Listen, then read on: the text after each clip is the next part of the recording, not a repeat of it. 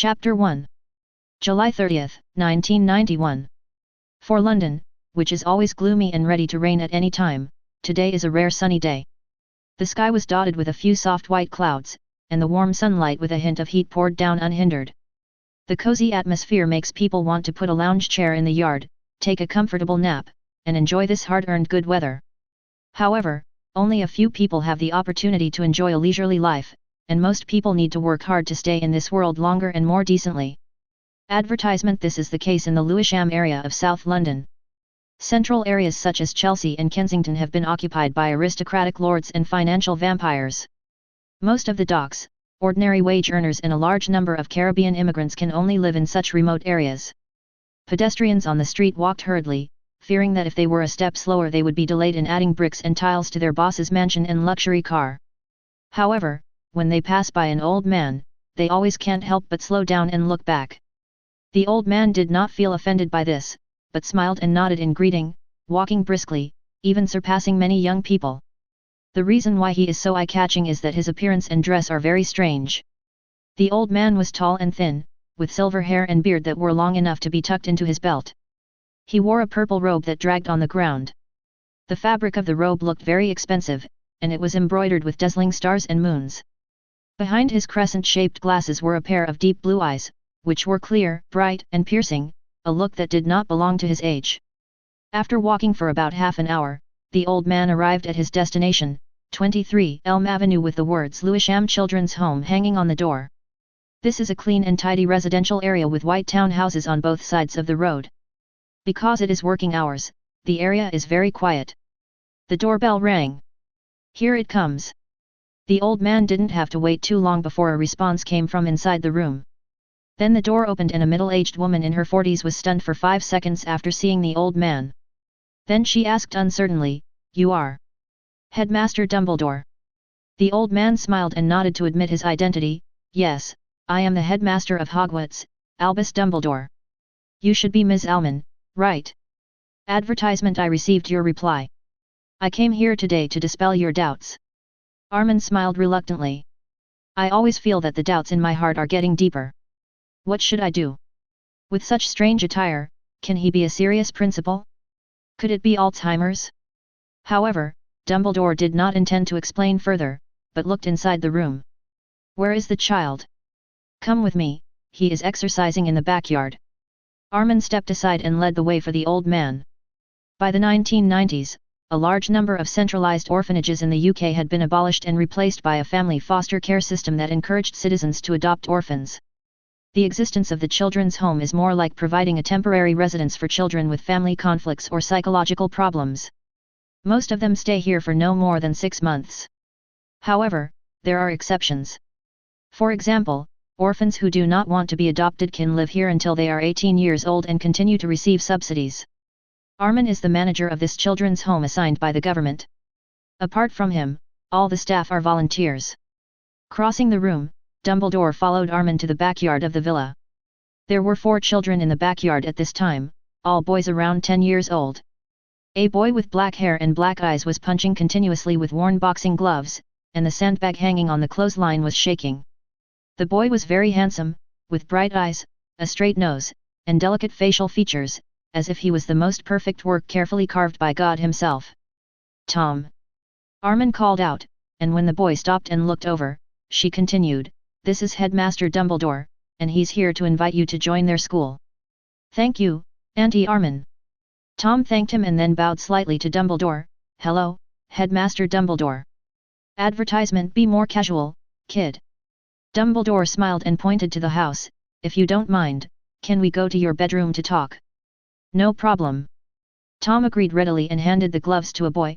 "Seth, 1000 times, don't be lazy." "Yes, boss." Seth nodded grimly. When Dumbledore re-entered the house, he looked back and saw Seth had already put on his gloves and started practicing, throwing every punch with all his strength. On the second floor of the room, Tom took Dumbledore to his room. The room he lives in is the master bedroom of the house. It is quite large and has a separate bathroom and dressing room in addition to the bedroom. It is a complete suite. There is a table and a row of bookshelves in the corner against the wall. There are many books on the table, and various certificates and trophies on the shelves. Please take a seat, Mr. Dumbledore. There was only one chair in the room, and Tom motioned for Dumbledore to sit down, while he sat on the bed. Kid, let's formally introduce ourselves again. The height of the chair was not suitable for Dumbledore, and he felt a little cramped sitting on it, but he didn't care at all. With a kind smile unique to an elderly person on his face, he said softly, I am Albus Dumbledore, the headmaster of Hogwarts School of Witchcraft and Wizardry. I cordially invite you to study at Hogwarts and help you control and master the power of magic. I know, sir, I have read that letter 50 times. Tom cleared his throat and said, I am Tom Riddle. As you can see, I am an orphan. I am honored to attend Hogwarts and be personally guided by the headmaster. Tom Riddle. The old man's bright pupils began to dilate and his expression became dazed. Tom Riddle, an orphan, has an extraordinary appearance and is domineering. This element, can it be pulled a little fuller? Advertisement. Chapter 2. Dumbledore has experienced so many ups and downs in his life. Although there are many factors, it can ultimately be described as coincidence. He would not casually label a student just because they have the same name or similar life background. Dumbledore was distracted for only a few seconds before returning to normal.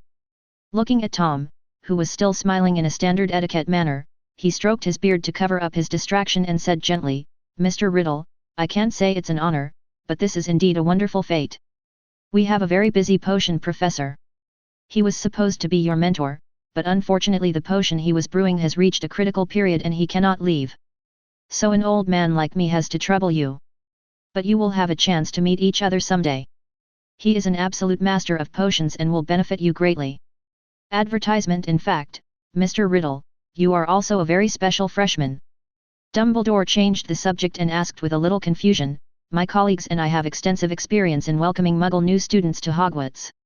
You are the first child I know who has accepted the existence of magic so quickly. Usually, we need to use some tricks to make them believe us, such as this. Dumbledore snapped his fingers, and the scattered books on the desk immediately moved and were soon neatly placed together. Mr. Riddle, don't you suspect that magic is a hoax? Faced with Dumbledore's doubts, Tom looked directly into the old man's blue eyes without hesitation and stretched out his hand. Actually, magic has always been around me. On the bookshelf, a gold-edged envelope flew out from the interlayer of a thick collection of Grimm's fairy tales and fell into Tom's hands. It was the acceptance letter from Hogwarts that he received yesterday. Tom played with the envelope and explained, since I was 6 years old, I discovered that I had awakened some extraordinary abilities, but I don't believe that I am so special and unique. There must be people like me in the world. Snap! Snap! Snap! Dumbledore did not hesitate to applaud and praise, brilliant, very brilliant, what an excellent control. Mr. Riddle, you are wrong about one thing. You are able to cast spells with your own will before entering school. Even in our world, it is rare. Believe me, you will achieve great things in magic in the future. It is normal for a little wizard's magic to riot. If there is no riot, it is a dud.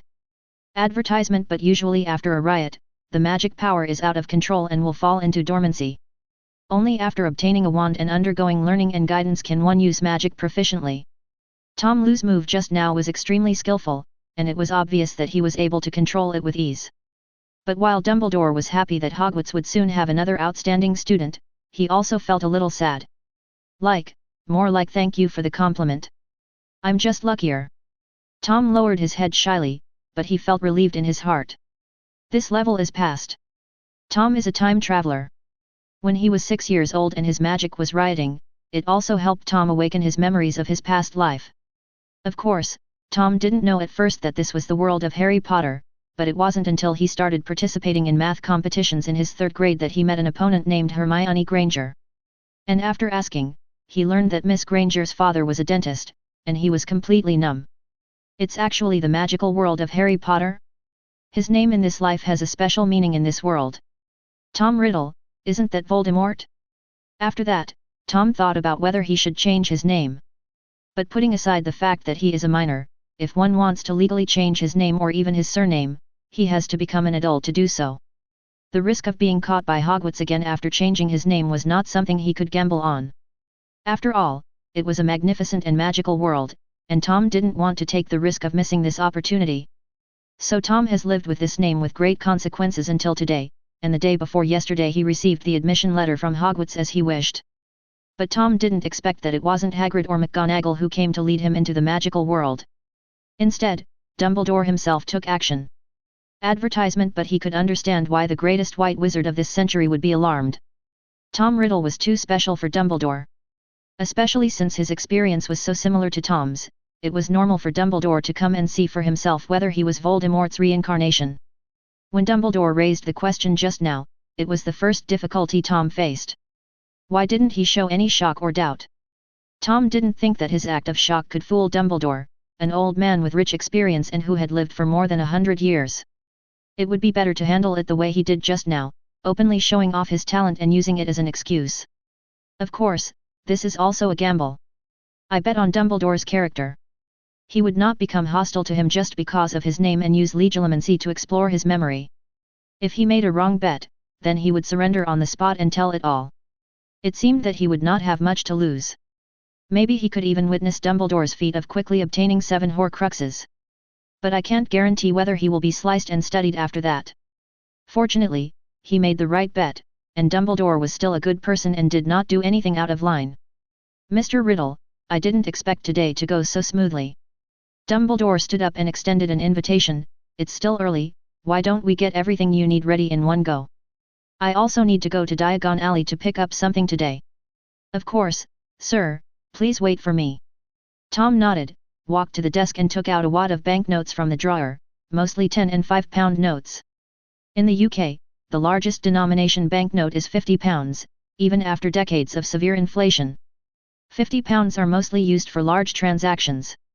I don't know if you will be beaten if you go to a convenience store and ask for change for £50, but there will definitely be people who greet your relatives and friends with words starting with F. Mr. Riddle. Dumbledore then remembered what he had missed, and said, for students from needy families, Hogwarts and the Ministry of Magic have a loan program that does not need to be repaid. But I'm not difficult, am I? Tom counted the money, a total of £1,200, and smiled and threw it at Dumbledore. Advertisement. Chapter 3. Tom doesn't have any cheats, but perhaps because he has been a human in 2 lives, his memory, although not to the point of photographic memory, is much better than that of ordinary people. He also has a strong learning ability. Don't think that competitions only happen among students in the East, the same is true in British schools. Tom managed to save a certain amount of money by relying on the prize money he won from various competitions, grants from the school, government subsidies, and even appearance fees from television stations. What he had in the drawer was just his daily pocket money.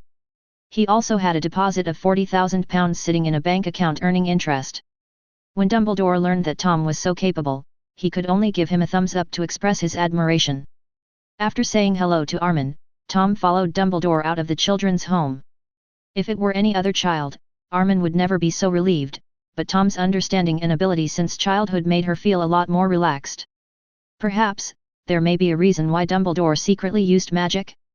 Walking on the tree-lined path, Dumbledore did not use wizard methods to save time. Instead, he took Tom towards the train station with great interest. Along the way, he asked Tom some questions about life like an elder who cares about his younger generation. Tom did not hide any of this and spoke frankly about his situation. He was abandoned and became an orphan. His appearance in this world was an accident. His parents abandoned him at the door of the orphanage after giving him only his name and surname as a birth gift. The next time I heard about them was from a plane crash report. The 2 of them had no inheritance and were heavily in debt, but fortunately he didn't have to pay it back. After hearing this, Dumbledore twitched his lips.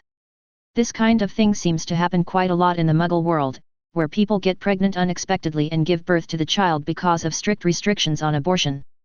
Then when it is discovered that they are unable to raise the child, they abandon the child to the government to clean up the mess while the other children go about their lives. Little did people know that the English wizarding world had already been in a state of lack of talent to a certain extent. The Weasley family was a minority after all. When 6 boys and 1 girl stood together, which Pureblood family would not be envious? I wonder how many people regretted not marrying Molly Weasley, otherwise their family would have been prosperous. All I can say is that people of the same country have different destinies. I see that the children in the children's home seem to be quite afraid of you. Advertisement. While sighing in his heart, Dumbledore did not forget to dig out some more things. Until the 2 of them went out, the little boy named Seth was still obediently following Tom's instructions and hitting the sandbag. This scene brought back some bad memories for him. Gentlemen. Tom stopped and looked up at Dumbledore, but he had too much beard, so the boy couldn't see his whole face. He could only look into his deep eyes. Do you know what the most frightening thing about being an orphan is? Dumbledore seemed to be all ears. You're afraid that others will know your cowardice. Tom said to himself, once people find out that you are easy to bully, they will try to bully you for pleasure. And the best way to prevent bullying, is to arm yourself and be the first to bully others. Dumbledore's eyes widened slightly and his beard twitched. Of course, I'm not bullying Seth. Tom tried to justify himself, he's my friend. I'm just teaching him some self-defense skills. He's going to middle school soon, and he must have the power to protect himself. He will understand your painstaking efforts. Dumbledore thought of how Seth, although with a bitter look on his face, still completed the task assigned by Tom seriously, and also knew that the two had a good relationship. His mood suddenly improved a lot, and he said happily, I think you have the potential to be an excellent Hufflepuff, provided, of course, that you don't bully others. Hufflepuff? What's that? The name of a college, each of which is extremely outstanding. The shadows of the two people became longer and longer, and gradually disappeared on Elm Avenue.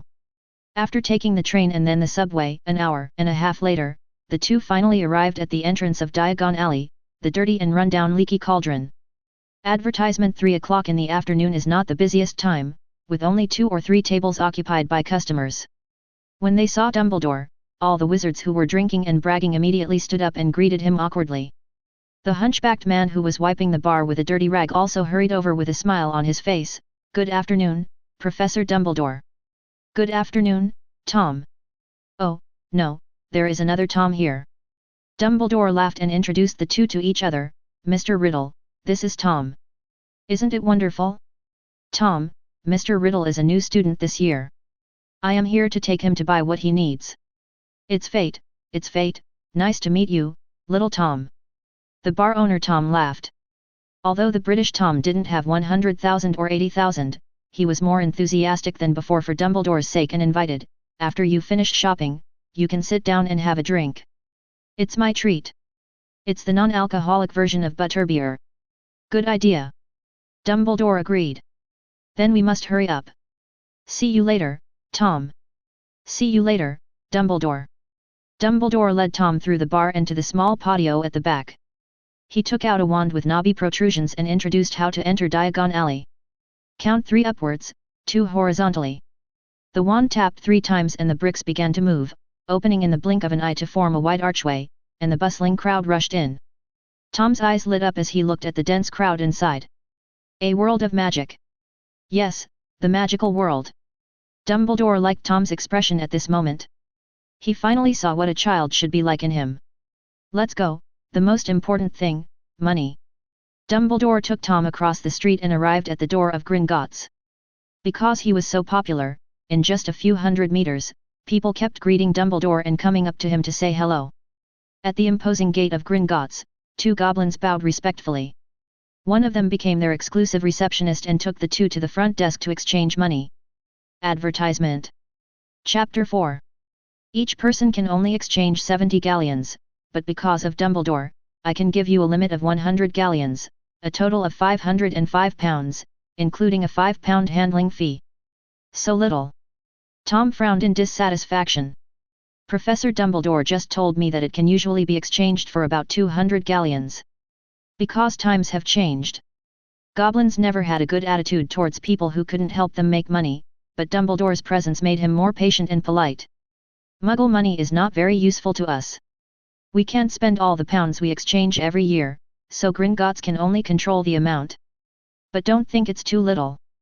This money is enough for you to spend a year in Hogwarts. 200 galleons? That was the price 50 years ago. Is your Muggle money worth that much now? Sorry, Tom.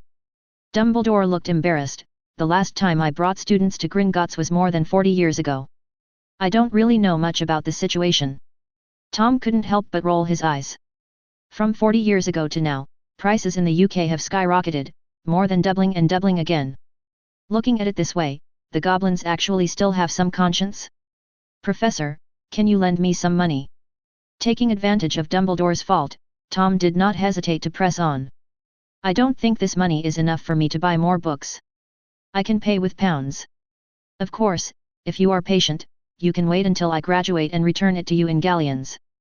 I will pay with interest. Tom tends to think that Dumbledore would choose the second option, because Dumbledore should have died when he was in 6th grade, so wouldn't it be a no-cost deal? Muggle currency is really of no use to me, so just wait until you graduate and return it to me. I'm looking forward to that day. Dumbledore was never reluctant to provide students with some help, even in terms of money. Moreover, this misunderstanding was caused by his own error in judgment, so he readily agreed. Wait for me here for a while. I'll go get you some money and do some personal business. After giving these instructions, Dumbledore followed a goblin to the underground vault. Tom's heart skipped a beat and a question suddenly occurred to him. Advertisement. Could it be that Dumbledore's personal matter was to take away the Philosopher's Stone?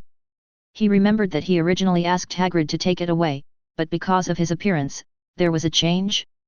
But this had little to do with him. After thinking about the possibility, Tom stopped paying attention to it and discussed with a fairy the possibility of exchanging gold for galleons. The answer is yes, but if converted into purchasing power of British pounds, Tom instantly felt that he had lost a lot of money. According to the current exchange rate, £5 can buy about 0.8 grams of gold, and 10 grams of gold can be exchanged for 1 galleon. It costs about £60, more than 12 times more expensive. Just because a gold galleon is called a gold galleon doesn't mean it is made of gold. It is fairy metal, and God knows what is used in it. The horrible exchange rate immediately dissuaded Tom from this idea. His family fortune was not enough for him to squander.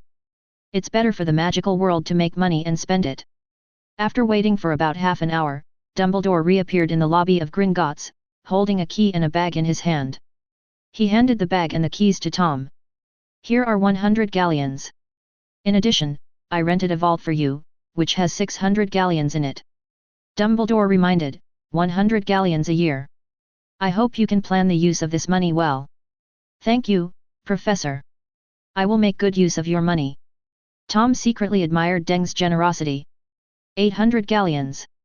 This amount of money is enough for him to live comfortably until graduation, provided he doesn't buy any luxury goods, such as a flying broom, custom-made clothes, or the like. The old man blinked his eyes, feeling that this sentence was a bit strange, but he couldn't tell why, so he had to change the subject. Then let's go, Mr. Riddle, we have a lot to buy. The two left Gringotts and bought uniforms, textbooks, scales, crucibles, and other items for the next semester. With Dumbledore accompanying them, the shopkeepers were polite and gave them certain discounts. Advertisement. But even so, more than 40 galleons have been spent for one trip, and without a discount it should be more than 50. Adding the wand that will be purchased later, the fixed cost will be more than 60 galleons. According to Gringotts standards, Tom only has a few galleons left in his hand. It doesn't seem to be difficult to get through a semester. After all, food and accommodation are free at Hogwarts, but it will be a bit tight. Ronald's annual pocket money may be less than 1 galleon, which makes him a wealthy man in comparison.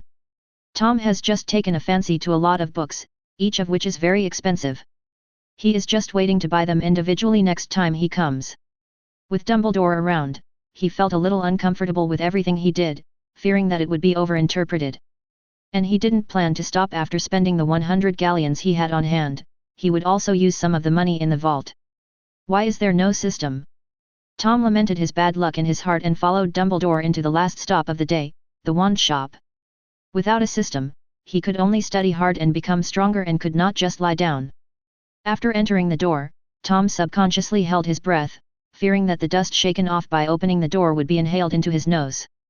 What a rare visitor, Albus! A soft voice said. An old man came out from between the tall cabinets. The last time you visited my shop was 48 years ago, also in the summer. Dumbledore smiled helplessly.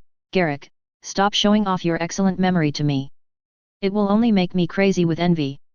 Ha ha ha, my memory is only related to this shop and the magic wand. Garrick Ollivander walked forward, gave Dumbledore a hug, and then slowly looked at Tom. So, what is your name, lucky little wizard? How could you have Dumbledore as your guide? Tom. Tom said, Tom Riddle. Plop. Ollivander fell to the ground, staring at the boy blankly. Advertisement. Chapter 5. Garrick, maybe you didn't get enough rest last night? You can't stand steadily. Dumbledore reacted quickly, stepped forward to help Ollivander up, and found a good excuse for him. Albus, you are as observant as a hawk. I was racking my brains last night trying to come up with new wand materials. Ollivander also realized that he had overreacted, and he went down Dumbledore's steps to make amends for himself, and then smiled at Tom, but don't worry, kid, even if I can't walk anymore, I will definitely help you choose the most suitable wand. It seemed that Ollivander had accepted the coincidence of having the same name, but in fact he was still uneasy. After measuring Tom's size, the first wand he chose for him was made of yew wood, which made Dumbledore's eyelids jump. Yew represents death and rebirth, and is often favored by powerful dark wizards. It is suitable for dark magic and defense. The last Tom happened to use a yew wand. After a ball of fire shot out from the tip of the wand, Ollivander shook his head in dissatisfaction, snatched the wand from Tom's hand, and opened another box. The wand just now was too gentle. It's not suitable for you. Try this one. Tom took it and a flock of flying birds exploded from the tip of the stick. It still doesn't work. Yet she and your belief are not as good as I thought. Then let's use this one. After taking the third wand, Tom felt an unprecedented sense of smoothness. He pointed his finger at the broken flower pot in the corner, and the flower pot instantly shattered into powder. The host has successfully oriented its future development direction, and the system is anchoring. Anchoring is successful, and the strongest learning system will serve you wholeheartedly. Tom lowered his eyes, as if he didn't hear the voice, his face expressionless. Ollivander clapped his hands and smiled, a perfect match, 14.5 inches of yew wood, with a dragon heartstring at the center. I can already imagine the power of your future spells. I'll put it to good use, Mr. Ollivander. Remember, the wand is not your tool, but your companion, child. Also, 8 galleons for Chenghui. After paying the money, Tom played with his wand. Advertisement. Although there was no strange feeling of blood connection, the feeling of casting the spell just now was extremely smooth. Ollivander is indeed a good wizard, and the saying that the wand chooses the wizard is not nonsense. Before reaching a certain level, the adaptability of the wand has a great impact on the wizard's strength. Taking the simple maintenance tools given by the wand maker, Tom left Ollivander's wand shop with his wand. The moment the two closed the door, the fake smile on the staff-making master's face immediately disappeared without a trace, and drops of cold sweat oozed from his forehead. A wand that is longer than 13.5 inches is considered an extra-long wand, and an overly long wand represents the wand user's absolute confidence and extraordinary desire for control. A wand that is too short means that its owner is narrow-minded and mean. Ollivander remembered that the shortest wand he ever sold was to a wizard named Umbridge. And the longest one is Tom's. In addition, only a wizard with powerful magic can control the dragon heartstring core. Dumbledore, you do understand what this all means when put together, don't you?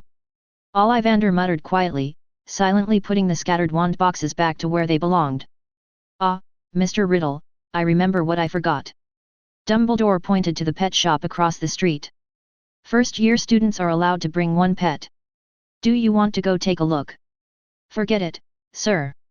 Tom shook his head. Owls are messengers. I don't have much use for them. As for toads and mice, I'm sorry, they just don't suit my taste. Dumbledore nodded, not dwelling on the pet issue anymore. Let's call it a day then. Go get a drink with Tom and I'll take you home. Tom didn't refuse. They returned to the Leaky Cauldron. It was already time for dinner and there were only 2 empty seats in the restaurant, one of which was reserved for them by Boss Tom. Dumbledore's presence reduced the noisy conversations quite a bit. Fortunately, he and Tom only had a drink each and left after not sitting for too long. Tom suddenly understood why he felt that Dumbledore always felt lonely when he watched Harry Potter in his previous life. Advertisement. Old Deng's status is so high that all the people in the country are his disciples. He is already like an emperor who is alone and helpless. The emperor at least has a queen, but Old Deng, well, he sent the queen himself. Thinking of this, Tom looked at the old man with a little pity, who still had a smile on his face. An hour and a half later, Dumbledore sent Tom back to the children's home. Looking forward to seeing you again, Mr. Riddle. Me too, Professor. After watching Dumbledore leave, Tom turned and went into the house. Armin had already prepared dinner when he got off work, and Seth and the other 3 boys were eating, leaving a large portion for Tom. "Boss, do you really want to go to that white-bearded old man's school?" When the other three saw Tom come back, they quickly finished their meal, washed the dishes and ran back to their rooms. Only Seth stayed here and asked curiously. Currently, only Tom and Seth are permanent residents of the children's home. The other three problem children have just arrived.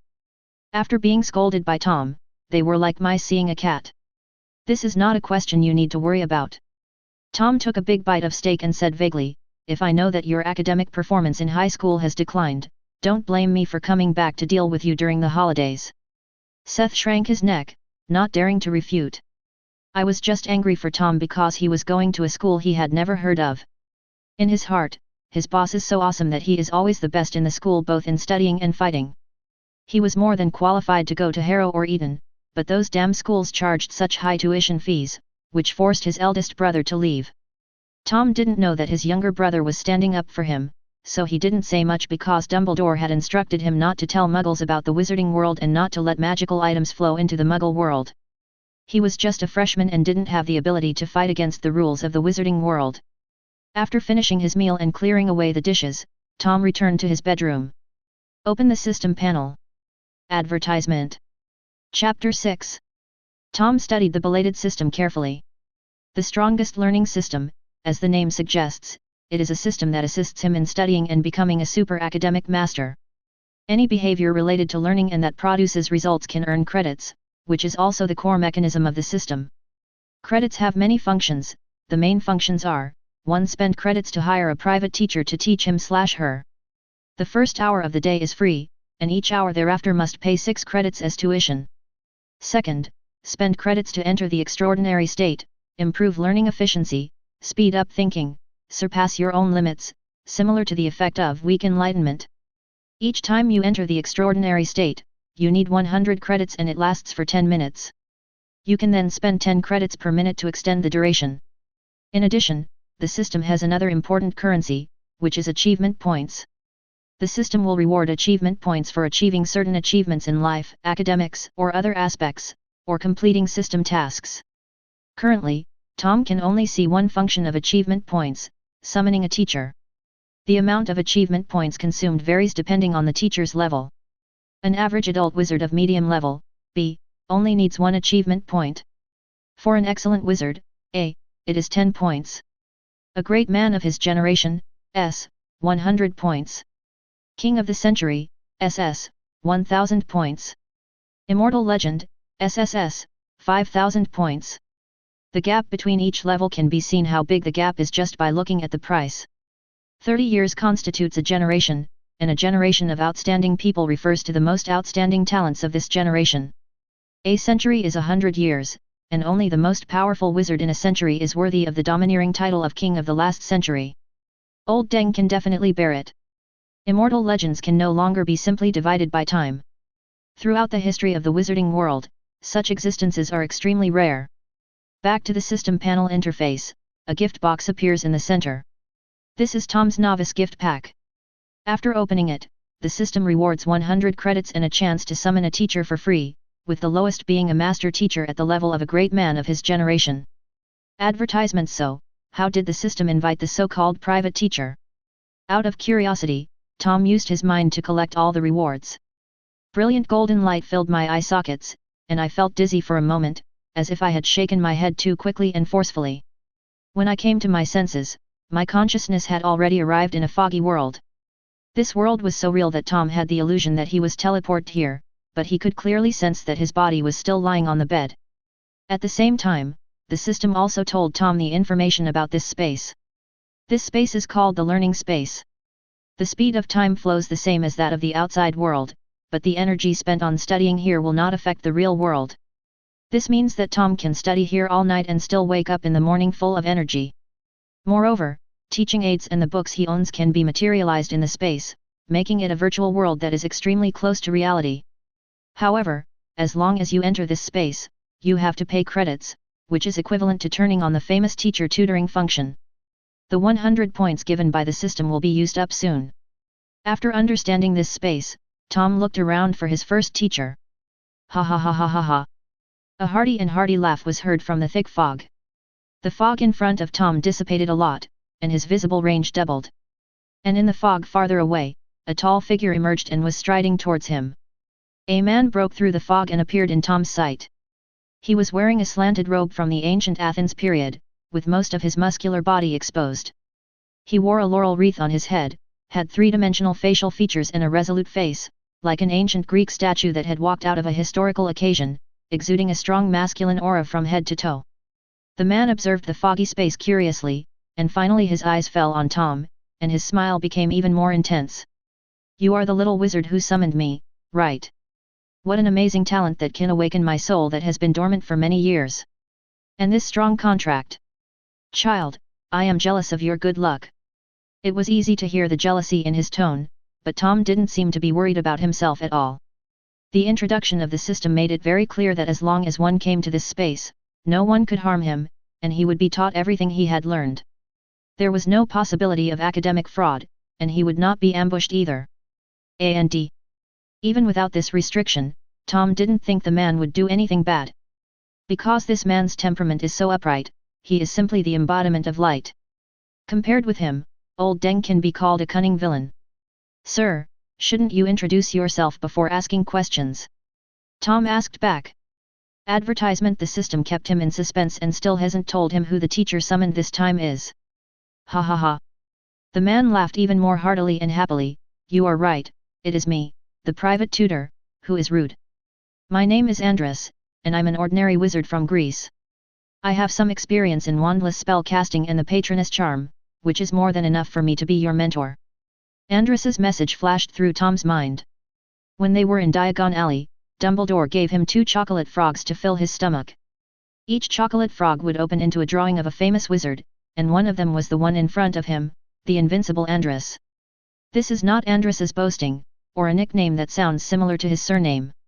The title of Invincible was a title that the wizards at that time took the initiative to give him, because Andres had never failed in his life, and as he said, he was particularly good at wandless casting and the patroness charm, and could even release a giant patroness without a wand.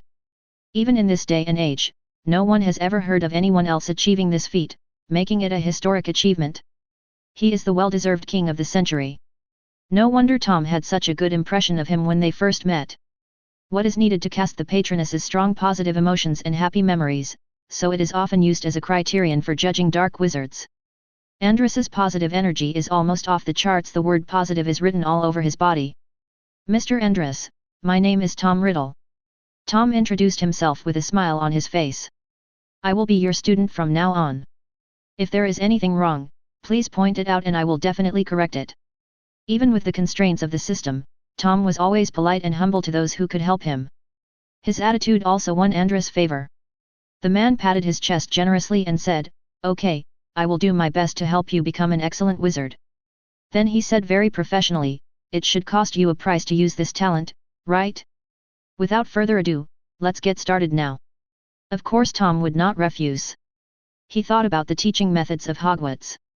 "Mr. Andres, I haven't entered the magic school yet, so let's start with the most basic lighting spell and levitation spell." Andres looked at him in confusion. "Levitation spell, illumination spell, what is that?" Tom. Advertisement. Chapter 7. The study space fell into silence, and an awkward atmosphere spread between the two. Tom looked at Andres with empty eyes. However, this upright man avoided Tom's gaze guiltily, his face flushed with shame. "The matter has been clarified." Andres wasn't teasing Tom, but he really didn't know how to cast any lighting or levitation spells. The magical world may seem old-fashioned, but it is not static and is constantly evolving. Although this development did not create more powerful people, nor did it bring about any significant changes in the population of the wizarding world, it was a great improvement in practicality, convenience, and standard spell casting procedures. Just like the Standard Book of Spells, Elementary by Miranda Goshawk that Tom has now embodied, no one has ever organized spells so systematically before her. According to the books, the illumination charm and the levitation charm appeared around the 14th and 15th centuries, so it would be strange if Andres knew them. "So how did you illuminate and control objects in the past?" Tom couldn't help asking. Andres said nothing, but silently materialized a wooden stake and threw a fireball at it, which instantly turned into a blazing torch. "It's just lighting. Fire can do it." As for controlling objects, it's no problem to wrap them with thoughts and magic. They actually developed special magic just for this little thing, and taught it to others casually. The era when Andrus lived was still a barbaric period of magic. Everyone regarded magic as a weapon to survive and would not easily pass it on to others. And living in a dangerous environment, they don't consider the application and development in daily life at all. All they think about every day is how to make their spells stronger and more powerful. It was not until the rise of Muggles in the Middle Ages and the Church's witch-hunting movement that wizards were forced to unite together and establish magic schools. They gradually developed towards diversification and evolved into today's modern magic system.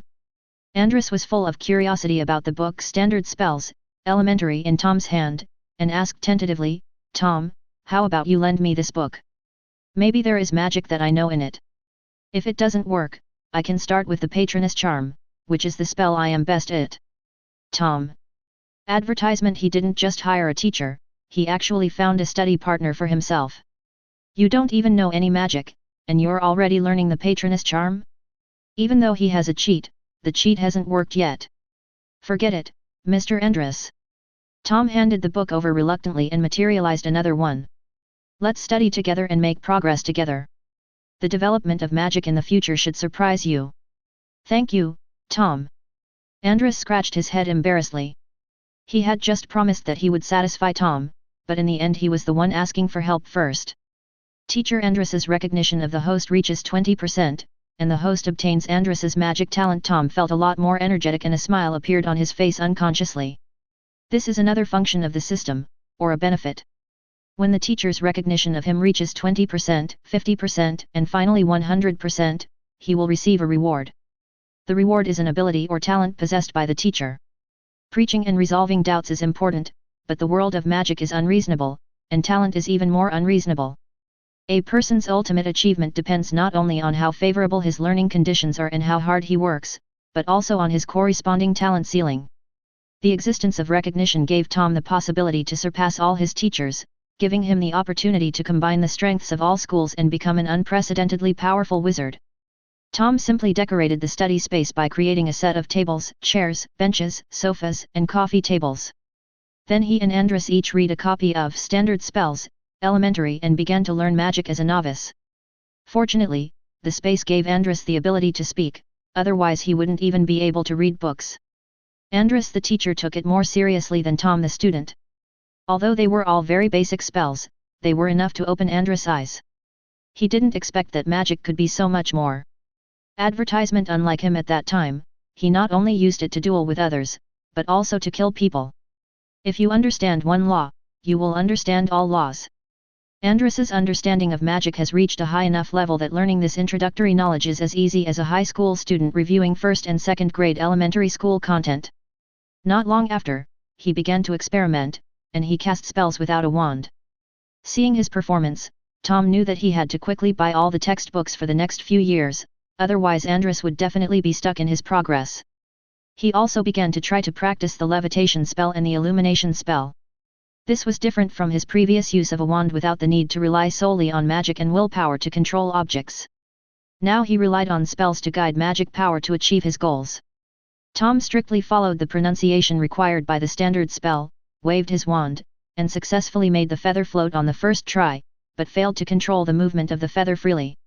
Seeing this, Andrus knew that his teacher was finally going to play a role. He carefully asked Tom to cast the spell again before pointing out the problem. "Tom, the steps for casting spells described in the book are standard, but magic is the last thing that has any standards. Everyone's situation is different. If you learn this way, you can quickly master the spell, but it is definitely not the most suitable way for you to cast spells. You need to make fine adjustments based on this." As he spoke, he materialized his wand and cast the levitation spell in full. "You see, the swing range of my forearm is 15 degrees smaller than what is required in the book. That's because of my body shape. If I do it according to the requirements, it is easy to use too much force and cause the spell to fail. For you, the range will be larger because your body has not yet fully developed. You still need to practice and explore to know the most appropriate situation. Even I can't help you." Tom suddenly realized, "I see." After several adjustments, Tom gradually got the hang of it and became more and more adept at using the levitation spell. It was not until 3 hours later that he said goodbye to Andres and left the study space. Although the fatigue caused by training here will dissipate after going out, decades of life and work still make Tom unable to give up the habit of sleeping. Besides, he only has 100 credits now, and can only use 15 hours of study space in total, so it is better to be frugal. Advertisement. Chapter 8. When Tom woke up the next day, he opened the system panel and took a look. He was surprised to find that his credits not only did not decrease, but increased by 18 credits, and there were 3 achievement points. I checked the system log and found out what was going on. I completely mastered the levitation charm, the illumination charm, and the blink charm, and obtained 30 credits. Learn 3 magics and get 3 achievement points. Tom fell into deep thought. This learning space seemed like a perpetual motion machine. The credits given by learning anything could cover the loss, and he could even make some money. So he wouldn't have to worry about the consumption of space in the future. However, he also knew that the bulk of the credits would probably be spent on the extraordinary buff. His current points were only enough to last 10 minutes, so he didn't even dare to try it for fear of wasting it. What does it feel like? Is it possible to make him fly? Imagining the effects of the extraordinary state, Tom got up and washed, but did not enter the study space immediately. Yesterday he and Andres had done an experiment. After he exited the study space, Andres could choose to sleep or move freely. And if he maintained the state of consuming points, Andres could also communicate with him and observe the outside world with the help of his eyes. What is this, a Jinkra key? However, this did give Tom an idea.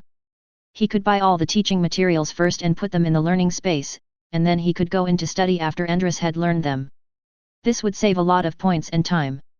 So he went out early in the morning, took a bus to the city center, entered Diagon Alley through the leaky cauldron, and went straight to the bookstore.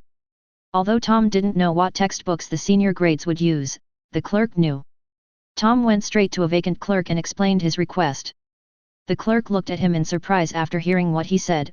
All the textbooks, kid, are you sure? You look like a first or second grader, there's no need to buy them all at once. Advertisement. Just like the Defense Against the Dark Arts course, the professor changes every year. You have no idea what book he will choose as the textbook, so it would be a waste to buy it. Such a kind person, Tom was sure he must be a Hufflepuff. The knowledge you learn is yours. Even if the textbooks are changed, I won't lose anything. Instead of keeping the money to buy toys and snacks, I'd rather exchange it for books. I can sell them secondhand when I don't need them anymore. The clerk looked at Tom in surprise. He didn't expect to hear such practical truth from a little kid. The customer wanted to buy, so he had to sell it to him. He had done his best by persuading him this time. So the clerk pushed a small cart to find books for Tom. After learning that Tom was a freshman, he said with certainty, "You will definitely be sorted into Ravenclaw, although I think Hufflepuff is the best house." Tom nodded in agreement. "I also think Ravenclaw is good and suitable for me." He wanted to be a top student, or even a genius at school. Among the 4 colleges, only Ravenclaw best suited his temperament. 10 minutes later, the cart was already filled with heavy books, including not only the textbooks he needed, but also some books Tom had chosen himself. After he went to the front desk and counted the money, he realized that he didn't have enough money. He only spent 15 galleons to buy books yesterday, an average of 2 galleons per book, but books for higher grades are getting more and more expensive. A book called High Magic Power, Self-Defense Guide costs 7 galleons. Just like in FG Muggle society in the UK, textbooks are ridiculously expensive.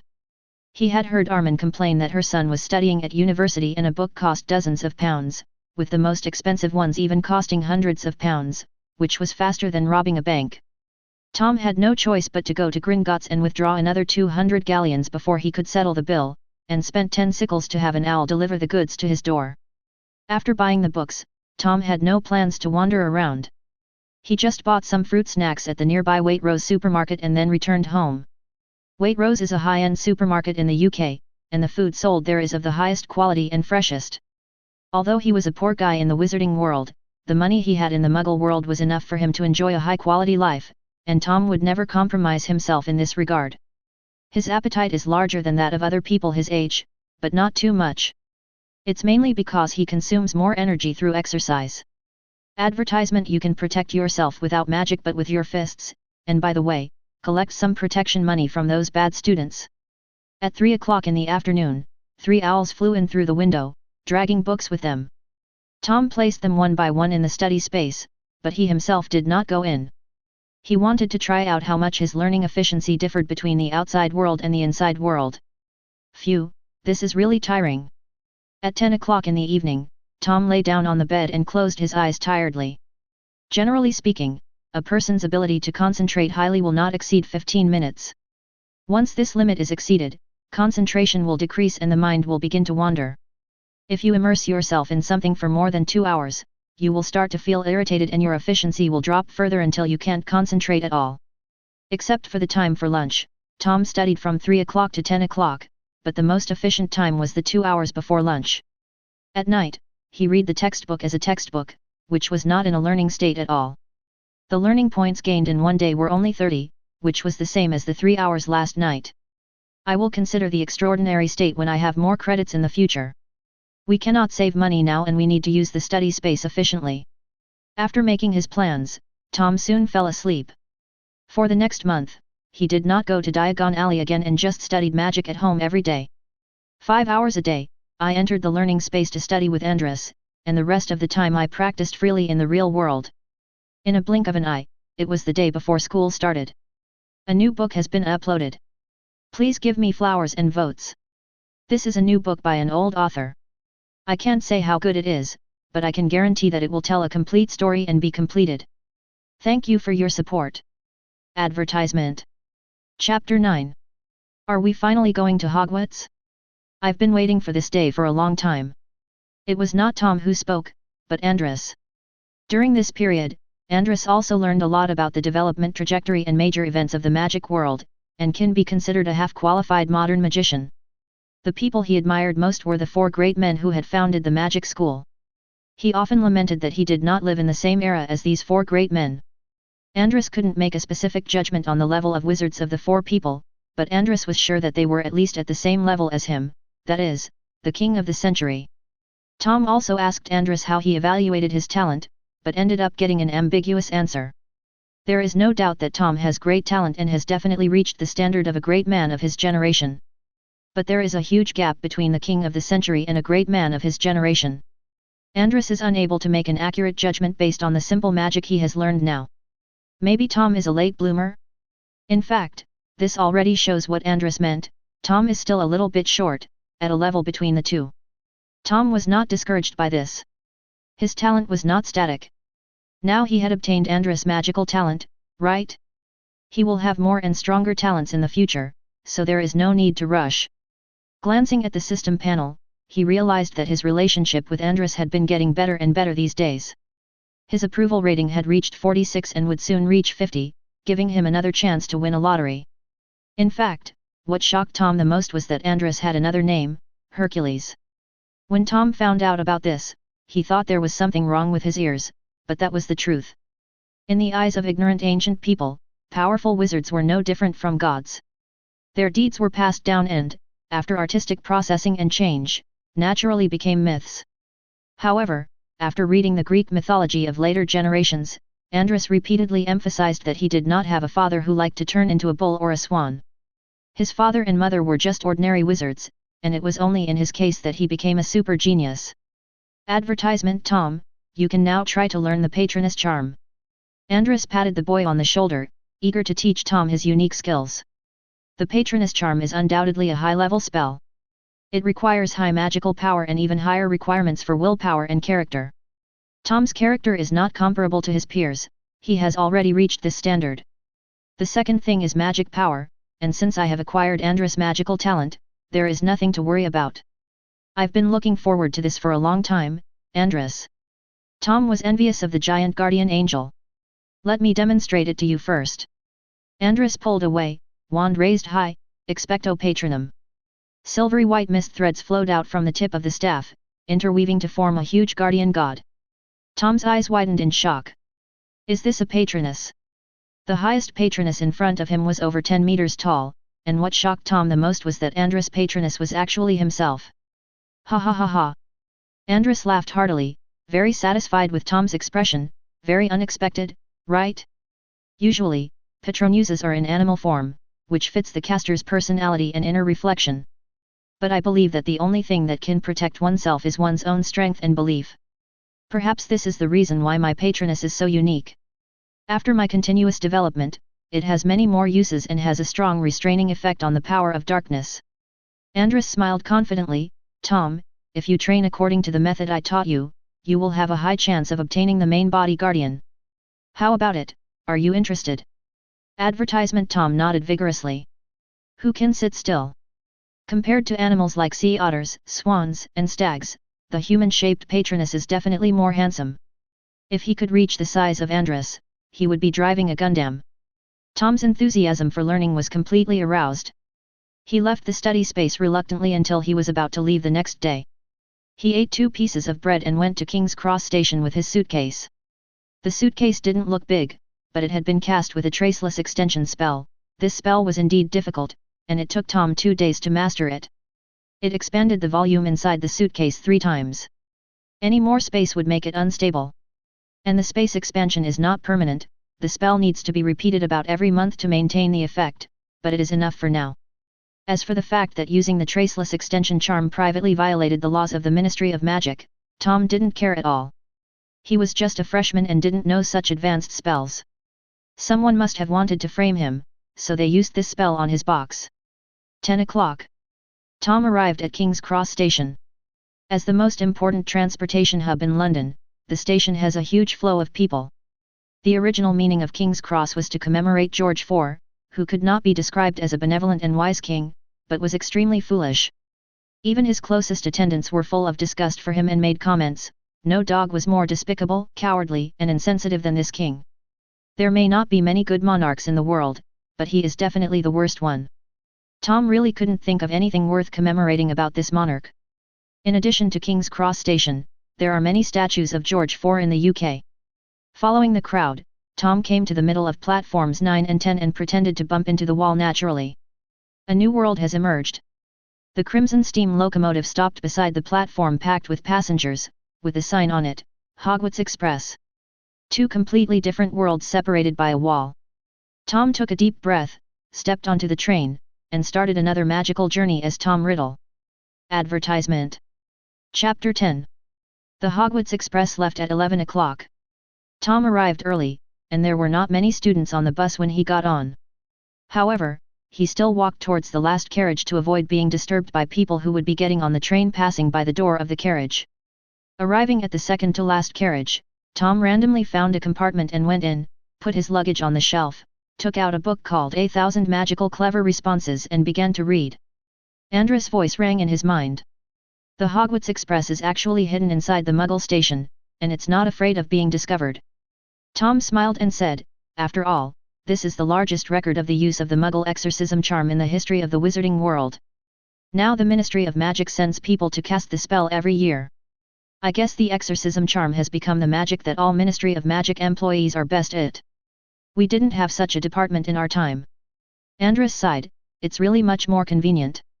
Most importantly, it can also restrain those evil dark wizards.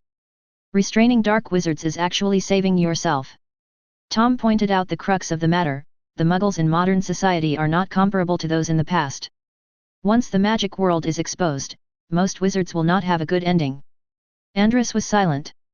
Although Andrus did not discriminate against Muggles, he was also arrogant as a wizard, even more so than others. After all, he was the strongest of an era. But Andrus would never have thought that the Muggles who regarded wizards as gods would develop to this point today, enough to threaten the survival of wizards. No wonder the book says that the original intention of establishing the Ministry of Magic was to ensure that the existence of the magical world was not discovered by Muggles. As Andrus fell silent, Tom also stopped talking and read the book contentedly. He didn't have much time to study with Andrus today, so he opened the space just to let this ancient man take a look at today's society. Just as the bus was getting more and more lively and about to depart, the door of the compartment was opened. A cute girl with golden curly hair, long eyelashes, and big blinking eyes was startled by Tom. She obviously didn't expect that there was someone else in the box. But she still walked in and asked a little awkwardly, "Can I sit here?" Advertisement. Certainly. Tom nodded and gentlemanly helped the girl put her luggage on the rack.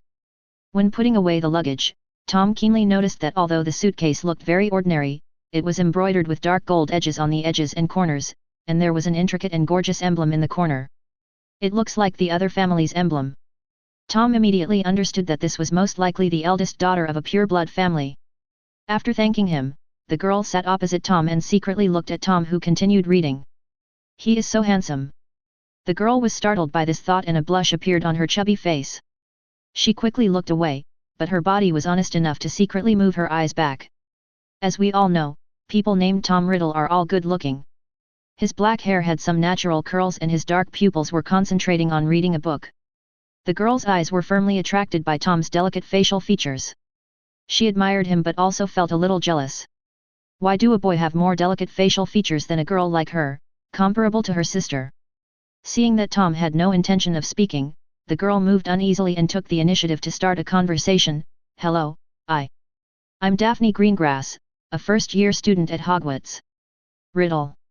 Tom didn't expect the pureblood lady to initiate a conversation, so he closed the book and responded, "Tom Riddle, also a freshman this year." "Riddle?" Daphne Greengrass searched her memory and found that she had never heard of this surname.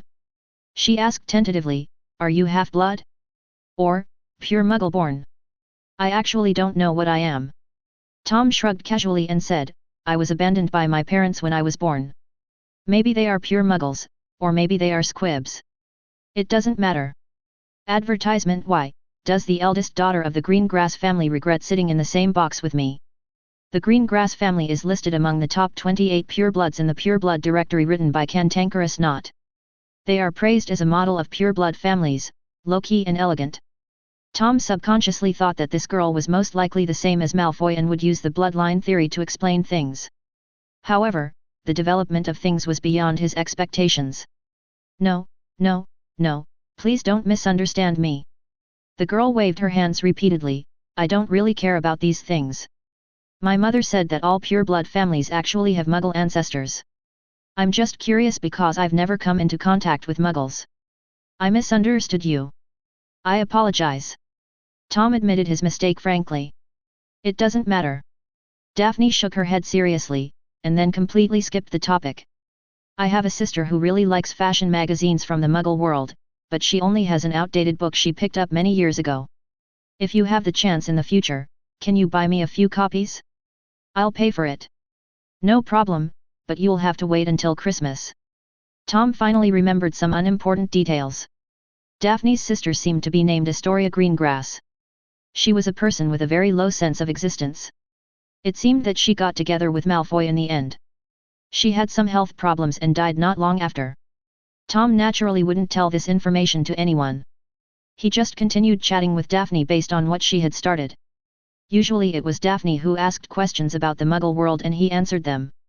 When talking about some things, the girl even took out a pen and paper to seriously record them, saying that she would write a letter to tell her sister. It can be seen from these details that she is an elder sister who loves her younger sister very much.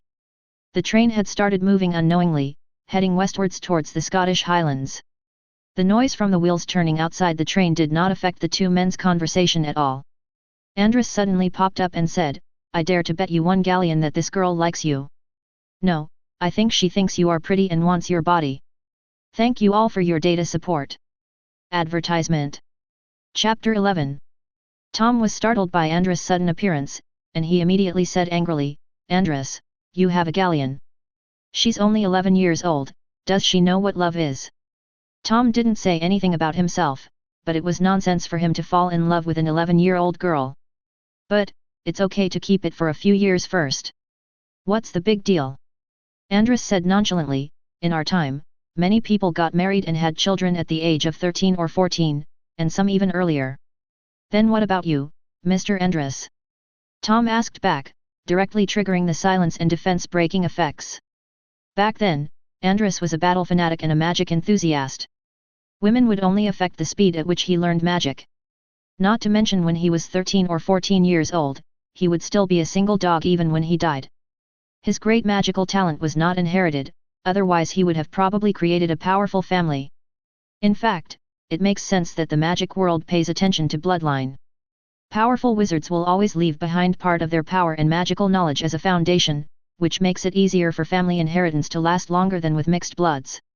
For example, the Gaunt family, or the other 28 pureblood families, their ancestors were all very wealthy.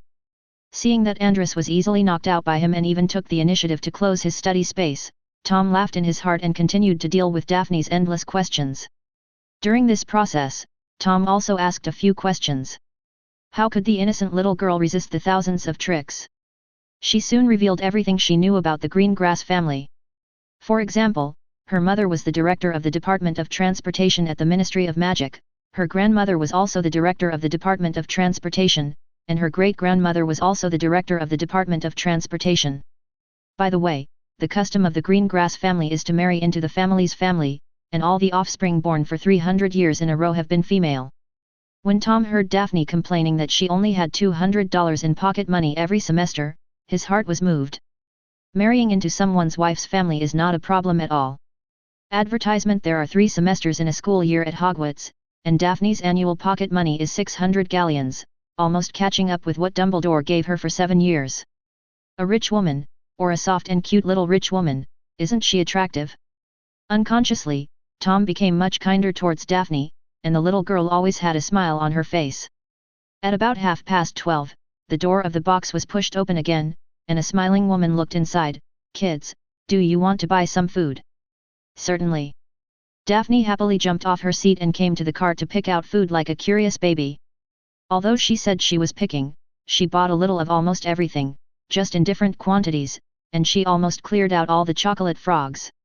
It cost 2 galleons and 13 sickles in total, which was comparable to the entire Weasley family's pocket money for a school year. Tom suddenly understood why Daphne complained that 200 galleons was too little pocket money.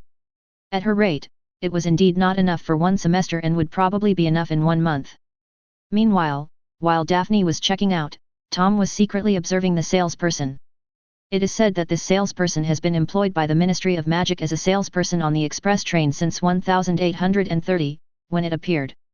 This means that she is at least 180 years old. This age is considered longevity among wizards.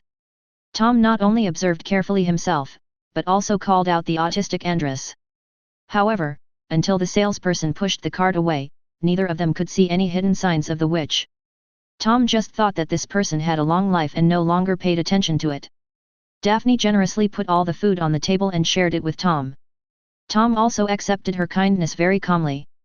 If he didn't even have this little shamelessness, how could he expect to be a gigolo? The two of them ate and chatted, and talked about the branch again. My family is all Slytherin. Daphne smiled shyly. If nothing goes wrong, I will be admitted to Slytherin. Of course, other colleges should be good too. Mom won't be angry about it, as long as she doesn't let me go to Gryffindor. Advertisement: why do you hate Gryffindors so much? Tom asked curiously. Mum said the Gryffindors were the source of trouble. Daphne did not hide her disdain at all. Where there are Gryffindors, there will never be peace. You never know what kind of trouble they will cause. Tom thought about it and felt that Mrs. Greengrass's comments were really to the point. Riddle, do you want to go to Gryffindor? Seeing that Tom didn't say anything, Daphne thought he was unhappy because she had said bad things about Gryffindor, and she secretly regretted her recklessness. No, I hope I can go to Ravenclaw. Tom smiled and said, or Hufflepuff is also fine. It's suitable for quiet study. You love studying so much, you will definitely be able to enter Ravenclaw. Daphne said affirmatively. At this moment, a scream suddenly came from outside the box. Tom and Daphne did not take it seriously. They were preparing to take a nap after lunch. But not long after, someone knocked on the door again. Without waiting for a response, the door of the box was pushed open. Have you seen a toad, Riddle? Why are you here? The person who opened the door was a little girl with thick brown hair. Her cute face was somewhat ruined by the protruding big front teeth. The little girl was halfway through her words when she saw Tom and screamed as if she had seen a ghost, scaring the little fat boy following behind her so much that he trembled with fear. Daphne was already frowning at her rude behavior, and when she saw that the visitor actually knew Tom, her pretty face wrinkled even more. Tom looked up at the person who came in calmly. Ms. Granger, since you can appear on the Hogwarts Express, why can't I? No, I'm not saying you can't. Hermione Granger stammered as she explained, I just wanted to say, this is great. At this point, Daphne's face darkened completely, and she suddenly felt like her favorite toy was about to be taken away from her. Advertisement. Chapter 12. Thanks to Miss Granger, Tom was able to determine the information about this world several years in advance. Since the math competition in the 3rd grade, Tom had met Hermione more than once in various elementary school competitions. He was doing it to earn bonuses and school awards, while Hermione was doing it purely for fun. Miss Granger's hobby is learning. How could interest be stronger than Tom's desire to survive? Therefore, in more than 10 confrontations, most of them ended with Tom's victory. The only time he failed was at a sports meet, when the idiot teacher sent by the school had poor coordination and held him back in the 3-legged race. Hermione originally thought that her competition with Tom would end when she went to Hogwarts, and she felt regretful for a while. As a result, I met Tom again on the train. Will we be classmates in the future? After a brief moment of surprise, Hermione became excited. Doesn't that mean she still has a chance to defeat Tom and prove herself? At that moment, Hermione forgot the original purpose of coming to this box, and did not care about Daphne's gaze. She sat down next to Tom and began to talk incessantly. Riddle, I have finished reading Modern Magicians, The Rise and Fall of Dark Magic, Important Magical Events of the 20th Century, and most of the extracurricular books during the summer vacation. What about you? Oh, yes, I forgot to tell you that I have already mastered some simple spells.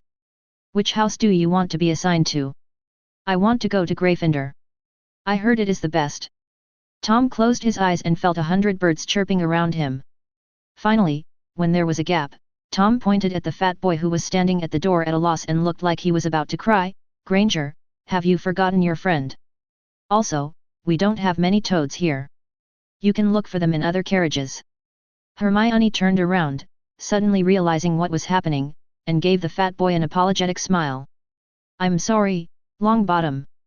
I got so excited that I forgot about you. No, it's okay. Neville Longbottom stammered. Then we can talk about it later. Don't let me lag too far behind, otherwise I won't feel a sense of accomplishment. Advertisement. After saying these harsh words in a fierce tone, Hermione hurriedly took Neville to find his toad. As soon as the person left, Daphne said angrily, Tom, who is that person? It's so rude. After entering the room, Hermione didn't even look at Daphne, let alone say hello. Coupled with the condescending tone she spoke to, Daphne was really angry. A friend I met when I participated in a competition. Tom smiled and noticed the change in Daphne's way of addressing him. Daphne, she is just like that. She is very competitive, but she doesn't have any bad intentions. You will understand this later. I don't want to get to know such an impolite person. Miss Daphne also got angry. No wonder he wants to go to Gryffindor. He looks like the stupid lion that Mom mentioned. The corners of Tom's mouth twitched, but he did not refute Daphne's comment. Actually, Hermione's personality was unpleasant during her first year, no, to be more precise, most of the time. In Tom's impression, Hermione seemed to have had conflicts with everyone, from her roommates to Ginny and Luna.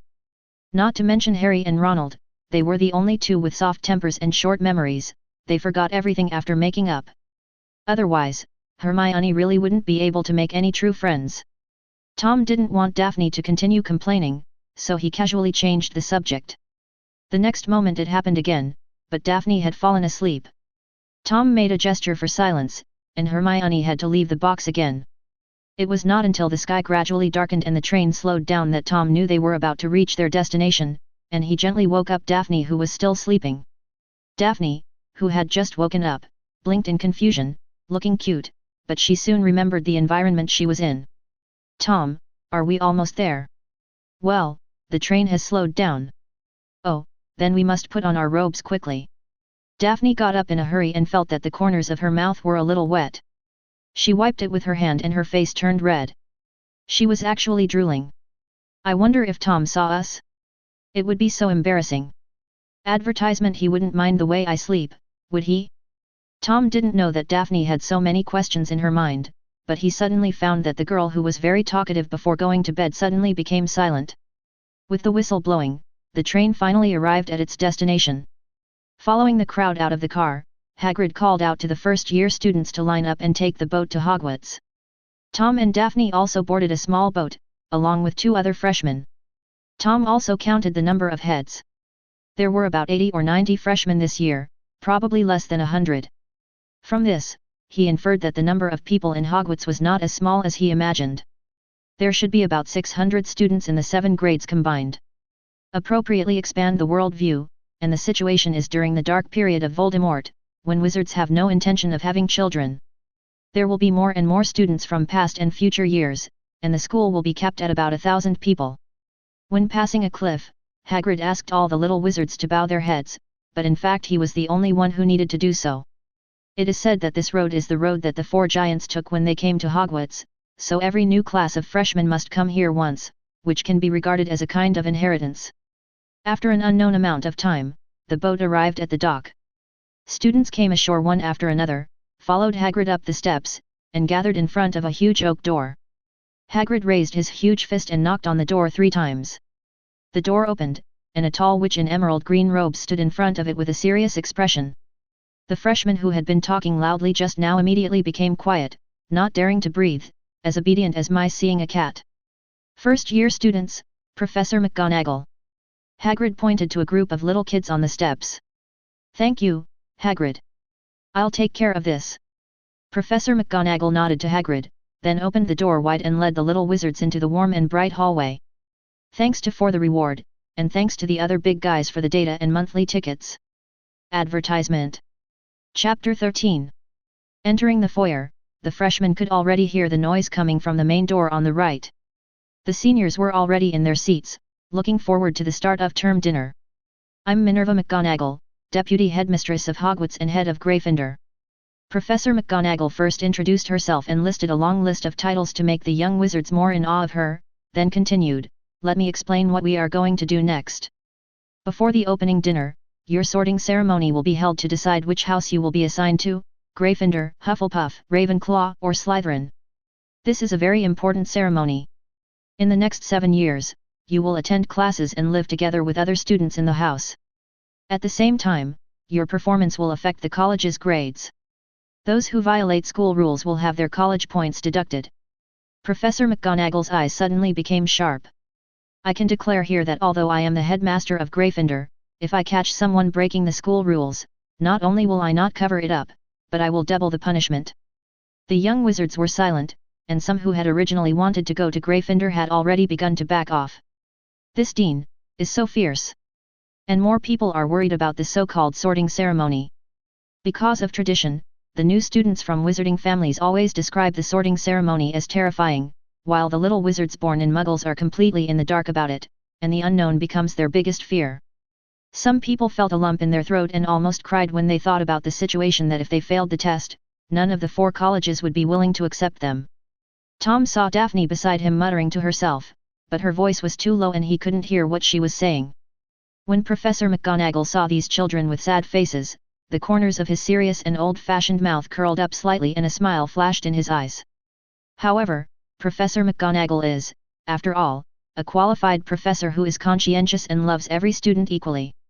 Seeing the little wizard so frightened, he still comforted him, don't think too much. From the moment you received your acceptance letter, you are already a student of the school. The sorting ceremony is just to help you choose the most suitable college. Don't feel any psychological burden. Just treat the school as your home. How could your home abandon you? Professor McGonagall's comforting words worked, and the little wizards gradually calmed down. But there are also some very wise people who have awakened. A blond boy standing not far from Tom was shocked.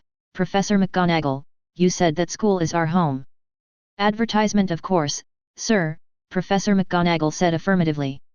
The boy's expression suddenly changed, and he said arrogantly, what are you waiting for? I'm starving. Can't we eat first and then go to the separate houses? Professor McGonagall's expression changed as well. Do you think this school is your home? How can the rules be changed just because of you?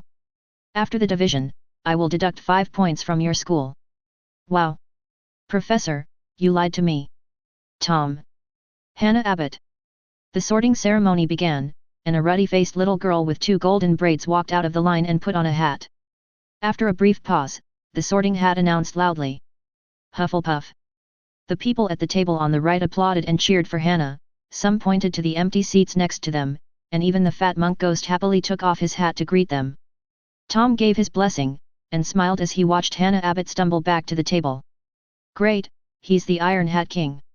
With the Iron Hat King around, the world would not deviate too much, and his prophetic advantage would be effective most of the time. Good girl. Tom's sigh was very light, but it was heard by the little witch who had been paying attention to her. Daphne. Does Tom have such strange taste? That girl from the Abo family looks like a country girl no matter how you look at her. Daphne looked at Hannah, then at Tom, who had been watching the sorting ceremony, and fell into a trance. Advertisement. In fact, Tom was also distracted. He was also curious about which college he would be assigned to. Except for Slytherin, who was a pure Muggle-born, so Tom didn't even consider it. With 3 houses left, his biggest wish was not to go to Gryffindor. Once he got closer to Harry, it would be like walking right under Dumbledore's nose. Plus with the buff of his name, he would definitely get more attention. Although Tom is not planning to become a villain, he doesn't like being watched all the time. And just like Daphne said, Gryffindor really is synonymous with trouble and trouble. He wants to be a quiet top student, and this kind of environment is not suitable for him. Of the remaining 2 houses, there was no doubt that Ravenclaw was the one he wanted to go to the most, but Hufflepuff was also good. No one can resist the temptation of having a kitchen right outside your door and someone preparing delicious food for you 24 hours a day. Daphne Greenglass. The Sorting Hat finally called Daphne. The little witch was extremely nervous. She trotted to Professor McGonagall and put on the hat. About a minute later, the Sorting Hat announced the result, Slytherin. There was warm applause from the Slytherin table. The freshmen before had never received such treatment. The applause from the students in front was sparse. There is no other reason. The Greengrass family is one of the 28 pureblood families, and only those pureblood families will give this face. Several more students followed, and when it was Harry Potter's turn, almost all the students held their breath, waiting for his result. When the Sorting Hat announced that Potter was sorted into Gryffindor, the second table on the right cheered the loudest, and 2 identical twins almost jumped onto the table. On the Slytherin side, there was deathly silence. Some people looked at Potter with ambiguous eyes, while others opened and closed their mouths, but no one knew what they were saying. It was in this atmosphere that Professor McGonagall solemnly read out the name of the next little wizard. Tom Riddle. Perhaps for the students, only Hermione and Daphne were paying attention to Tom, and the other students were indifferent to this ordinary name. But for most of the teachers in the classroom, it was no less than a thunderclap. Advertisement. Chapter 14. There are no secrets in the magical world. Everything that exists will leave traces. Even something as secret as a Horcrux could be unraveled with clues, and was dug out one by Dumbledore. The name Tom Riddle shone like a star in Hogwarts 60 years ago, and 30 years ago, it became a taboo name that everyone was afraid to mention. At that time, Dumbledore was the professor of transfiguration and Flitwick was the professor of charms. Sprout and McGonagall did not work at Hogwarts, but with their close relationship with the Order of the Phoenix and Dumbledore, Dumbledore would naturally tell them such basic information. Snape was once Voldemort's most capable subordinate, but now he is the one who hates him the most, and he has investigated everything clearly. As for Hagrid, the big man was shaking the most and his face was pale. Hagrid was a classmate of Tom Riddle, and he even naively thought that Riddle was a good person. There was another person who was not calm either. Quirrell. When Professor McGonagall read out the name, Quirrell, who had been shrinking his neck to avoid Snape's scrutiny, suddenly looked up and stared at Tom who was walking towards the Sorting Hat. At this moment, Snape had no time to pay attention to Quirrell's abnormality, and there was hatred in his eyes. This was not directed at Tom. No, he was indeed targeting Tom, but a different Tom. Severus. Dumbledore's lips twitched, and no one but Snape heard his call. There are many people with the same name in the world, and the name is just a carrier for you to remember each different individual. Don't have extra thoughts about other people whispering sound. Snape didn't respond, just sneered. Don't think he didn't know that Dumbledore went to welcome the new students during the summer vacation. He originally thought that Dumbledore was going to find Harry Potter, but it turned out to be that big fool Hagrid. Apart from Harry Potter, the only person who could alarm the old headmaster was Tom Riddle. Smart students also noticed the changes in the professors, and the auditorium gradually became quiet. When Tom walked over to the barstool, all the noise died away. Riddle, just put on your hat. Advertisement. Professor McGonagall pursed her lips. She didn't expect that she would have the opportunity to coach Tom Riddle. Tom nodded, sat on the stool, and put his hat on his head. He could swear on Merlin's high silk stockings that the sorting hat only lightly touched the tip of his hair, and he couldn't wait any longer, screaming as if someone was choking him, "Slytherin! Born Slytherin!" McGonagall was stunned, Snape was solemn, and Dumbledore was silent. Tom was confused. With the help of the geographical position in the high stool, he looked down at all the students who craned their necks, and his brain went into a state of shutdown for a short time. How could it be, Slytherin?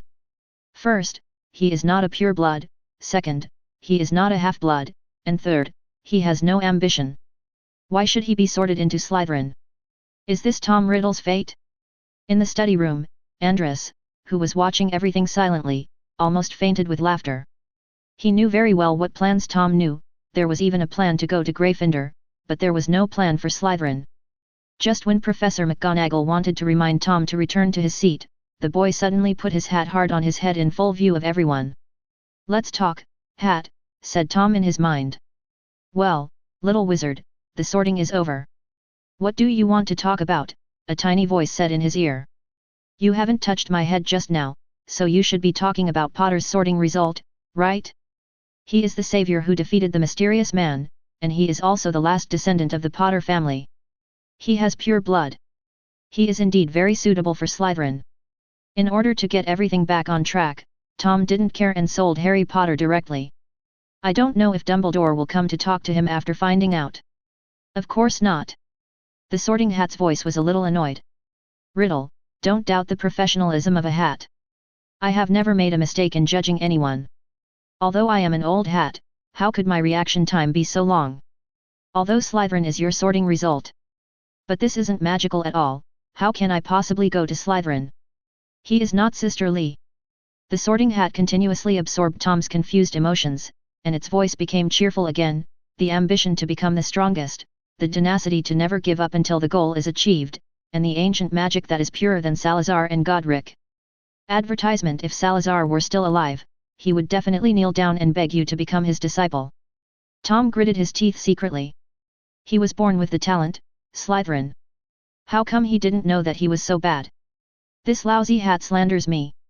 The Sorting Hat, didn't it say that the sorting house would consider students' requests?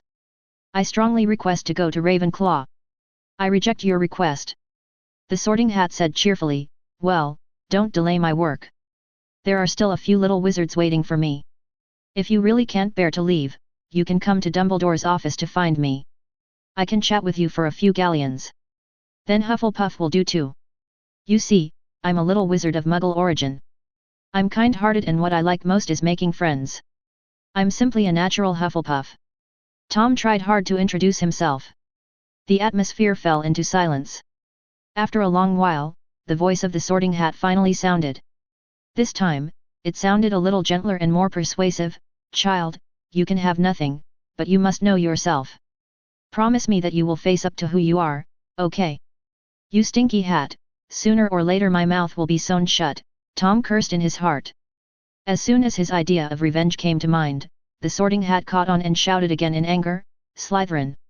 Slytherin! Tom Riddle belongs to Slytherin." Tom was about to say something, but Professor McGonagall took off his hat. "Mr. Riddle, the sorting ceremony has ended. If you have any questions, please talk to me later." Tom forced a smile that was uglier than crying, bowed slightly to Professor McGonagall, and then walked towards the Slytherin table. There was no applause at first because everyone was confused by Tom's operation of putting the hat back on. Maybe it was too fast, and he wanted to be more involved. The little wizards thought uncertainly. It was not until Daphne reacted, smiled sweetly and clapped vigorously that a few voices echoed the Slytherin table. Tom sat next to Daphne. "I really didn't expect you to come to Slytherin." The girl lowered her voice excitedly and said, "That's great. We can go to class together in the future." "Yeah, I didn't expect that either." Tom responded weakly. After him, the last few students completed the sorting ceremony, and Blaise Zabinai was the last to be sorted into Slytherin. Only then did Tom notice that this man was the one who had believed Professor McGonagall's lies and treated the school as his own home. Advertisement. Chapter 15. We should talk. Snape pondered over what had just happened, and the more he thought about it, the more he felt something was wrong. Could it be that Tom Riddle is the product of Voldemort's reincarnation through some kind of magic? The speed at which the Sorting Hat sorts wizards does not represent the potential of a wizard, but it can definitely reflect the character and ideas of some young wizards. He had never seen a student sorted into Slytherin so quickly. He was afraid that only the resurrection of Salazar Slytherin himself could have such an effect. What does this mean? This shows that Tom Riddle fits perfectly into Slytherin College. Even though he is the dean, I don't think this is a good evaluation. However, Dumbledore ignored Snape and stood up with a smile on his face after Blaise Zabini sat down. Welcome new students and old students to Hogwarts to start a new school year. What I want to say is, idiots. Crybabies. Scum. Screw it. Thank you all. After saying that, Dumbledore bowed slightly and sat back in his seat. There was thunderous applause from the audience, including Tom. What does he mean? Andras in the study space was confused. He didn't understand anything. Why were everyone applauding? Just because he ended his speech with these few words, I think it deserves applause. As soon as Tom finished speaking, the empty plate in front of him was filled with food. Roasted lamb, lamb chops, French fries, mashed potatoes, specially matched meat sauce soup, cream of mushroom soup, garlic bread as staple food, lamb stuffed pie, etc., all exude tempting aroma, tempting the little wizard to enjoy them. Advertisement. Tom didn't hesitate to grab some ribs and chicken wings nearby, and then filled himself a bowl of cream of mushroom soup and started to eat. Although they had almost finished all the snacks that Daphne bought, it is well known that eating snacks will not make you full, and you will still be hungry. It is said that Britain is a food desert, with only dark cuisine. However, apart from fish and chips, the food at Hogwarts can strictly be considered Scottish home cooking, mainly meat stewed with spices, butter, and broth. There are also many other French dishes, such as cream of mushroom soup, which is a classic French dish. As long as they are not fancy and the ingredients are fresh, the taste of these things will not be too bad, at least much better than what Tom ate at the children's home. Andras was still thinking. Shortness is an advantage. Tom took the time to sneer in response, you haven't met an idiot who talks nonsense for an hour and a half. Don't think that extremely long speeches are a characteristic of a certain Eastern country, the same applies to the UK. Whenever Tom wins an award, there will always be this principal or that president who pops up to brag about it. In fact, the purpose of their speeches was not to speak to the audience, but to the reporters present, in order to get a spot in the next day's newspaper and prepare for their future election as members of parliament. Newspapers are the life of British politicians. This was absolutely a true saying in the 1990s when new media was not yet popular. Okay. Andras' helpless voice came, I always feel that your principal is crazy, but he is indeed very strong. I can feel it. There is always a special feeling between strong people, just like Voldemort back then. He was invincible, but he was still very wary of Dumbledore who had never attacked him before, because he sensed danger. Compared to you in life, who is stronger? Tom became interested. This topic of comparing combat power will never go out of date. He suddenly raised his head, and Daphne thought he choked because he ate too fast, so she quickly handed him a glass of orange juice. Tom thanked him and took it. The battle between wizards can never be judged by comparing the strength of magic and spells. I can only be sure that he and I are on the same level. If we fight in a regular duel, I will not lose to anyone. This is the confidence of the king of the century, and it is also the momentum that Woody has cultivated throughout his life. Advertisement. Tom nodded and stopped talking to Andras. In the second half of the dinner, everyone was basically full and was enjoying dessert while chatting about their own things. There was a second-year boy who was interested in what Tom and the Sorting Hat said later, but when he learned that he was a pure Muggle-born, his face changed immediately and he turned away and stopped talking to him. Soon, news of Tom's identity spread throughout the Slytherin table, and many glances containing different emotions were cast at him, but none of them were positive. He himself didn't think anything of it, but Daphne was worried. The little witch already felt that Tom's coming to Slytherin was not a good thing, so she could only whisper to comfort him, Slytherin values bloodline, but as long as you have strong abilities, whatever you do is right. Tom also laughed when he saw an 11-year-old girl comforting him. I'm an orphan. I'm used to this kind of thing. It won't be a problem. Hearing this, Daphne was not relieved, but felt even more distressed, with her eyes reddening. Tom, fearing that she would cry, quickly changed the subject and began to look forward to her future school life. Finally, the leftovers on the plate disappeared, and the plate became smooth and shiny again. Dumbledore stood up again and talked about some new bands, and emphasized the dangers of the bands. When he spoke, his eyes stayed on the Gryffindor table for 3/4 of the time, to be precise, on two twins. Not only did the two of them not feel uncomfortable, but they also winked at Dumbledore, making the old man laugh. Still under Professor McGonagall's eye attack, he invited all teachers and students to stand up and sing the Hogwarts school song. The golden ribbon twisted in the air to form the characters of the lyrics. When the last syllable fell, Dumbledore wiped his eyes and asked the students to go back to the dormitory to rest. He himself walked towards the top floor. Snape followed. Advertisement. Chapter 16. 8th floor, Principal's office. Dumbledore considerately prepared a cup of honey water for Snape, but Snape just took a sip out of politeness, then put down the cup and said in a deep voice, "Are you sure this is not the you-know-who's trick, like magical reincarnation, body possession, or something like that?" Puff. Dumbledore couldn't help laughing and said teasingly, "Severus, it wasn't until today that I realized that you actually have a great sense of humor. You should tell more jokes like this in the future. It will definitely change your image among your colleagues." Faced with Dumbledore's sarcasm, Snape's face became even more sullen. If he could defeat the old man, he would definitely let Dumbledore see the anger of the Half-Blood Prince. "I wouldn't be surprised at anything wizards like you do." Dumbledore laughed and shook his head.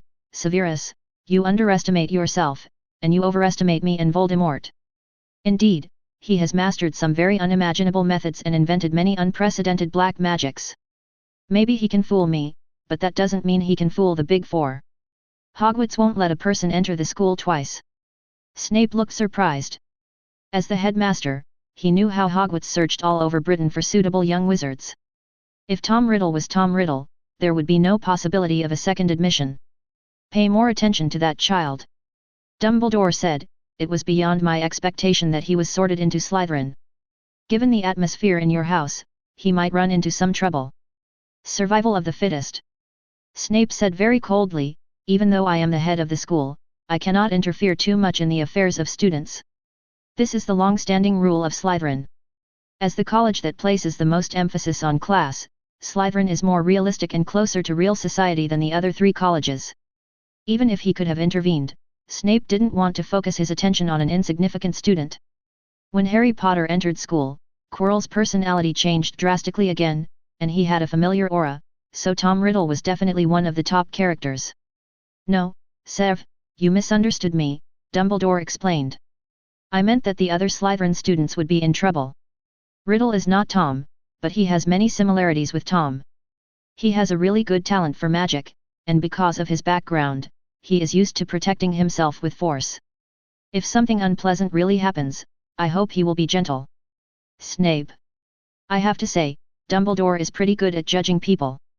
On the first day of school, no, the day before, Tom began educating his two roommates. Advertisement. After the dinner, Tom followed the group back to the Slytherin common room. There were 12 Slytherin boys this year, and it was easy to allocate 4 boys to a room. Malfoy shared a dormitory with his 2 followers and Monet Selwyn. Tom shared a dormitory with Blaise Zabinai, Casale Nate, and Theodore Rosier. After entering the dormitory, Shabinai began to taunt. "Tisk! I'm so unlucky to be assigned to the same dormitory with a Muggle wizard. Hey, Riddle, go make my bed. Use the sheets I brought. The sheets given by the school are just rubbish. And mine. Pour me another glass of water, quickly." Rosier and Knott laughed and began to give orders. Tom sighed. When being assigned to Slytherin was a foregone conclusion, he knew it would happen, he just didn't expect it to happen so soon. "Since you don't have a plan, just follow your heart." Tom drew his wand and turned. Concussion impact. Bang! An invisible shock wave exploded between the 3 people, directly knocking them flying and crashing into the wall.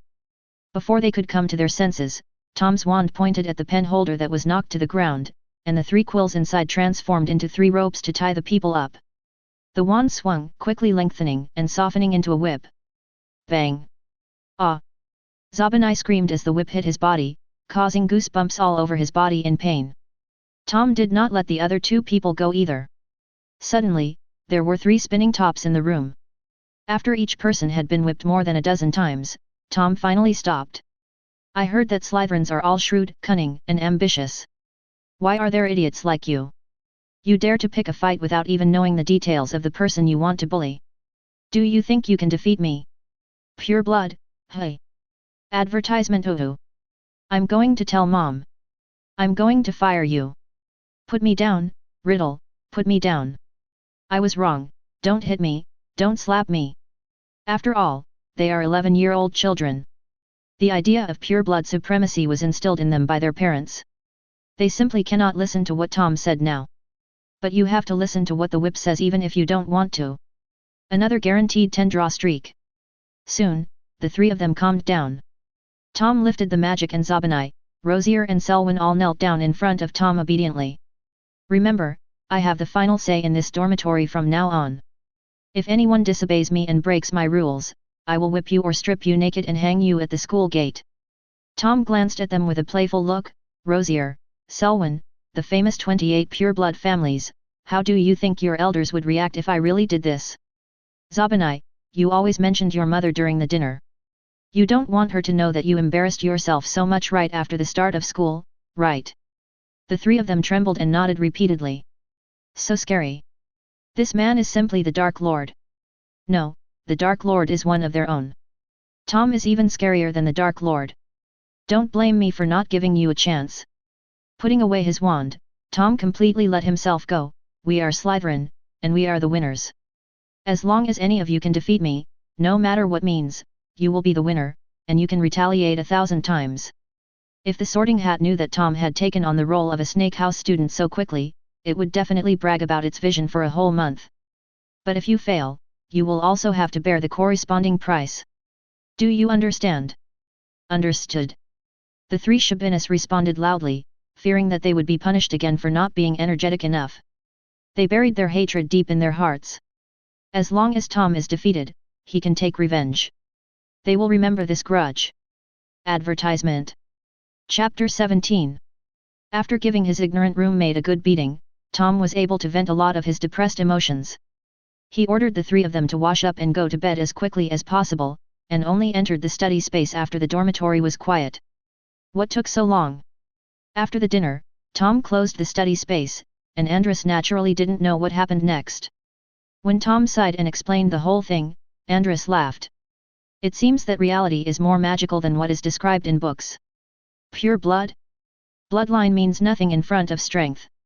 Tom, you did a good job today. You must be decisive when it is time to strike. If you strike too lightly, it won't serve as a lesson or deterrent, and if you strike too hard, it will alarm the teacher. This is just right now. It's not that simple. Tom shook his head slightly. This is just the beginning. Just wait and see. There will be more troubles later. The boy sighed, I just want to study hard, why do you have to make me come to Slytherin?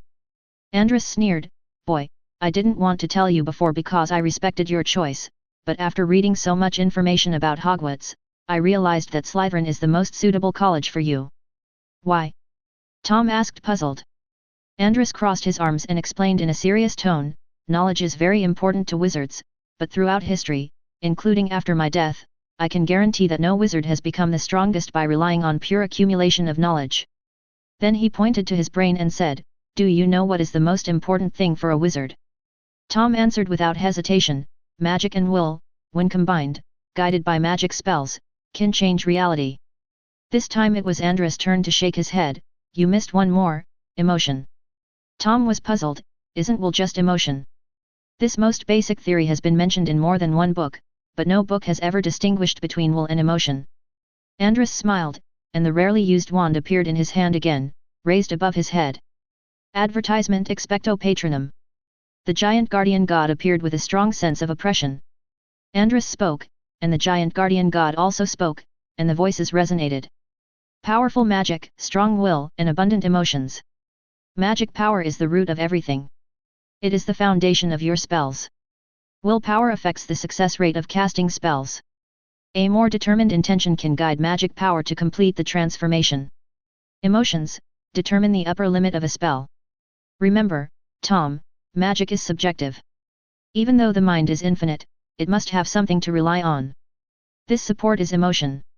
Qualifications are important, but people with abundant emotions can often break through their own limits and reach incredible heights. The trouble these Slytherin people caused you is a test for you to find the perfect balance between your will and emotions. Cherish this opportunity. Andrus's voice was so deafening that Tom froze in his tracks. Because what Andrus said was both shallow and profound.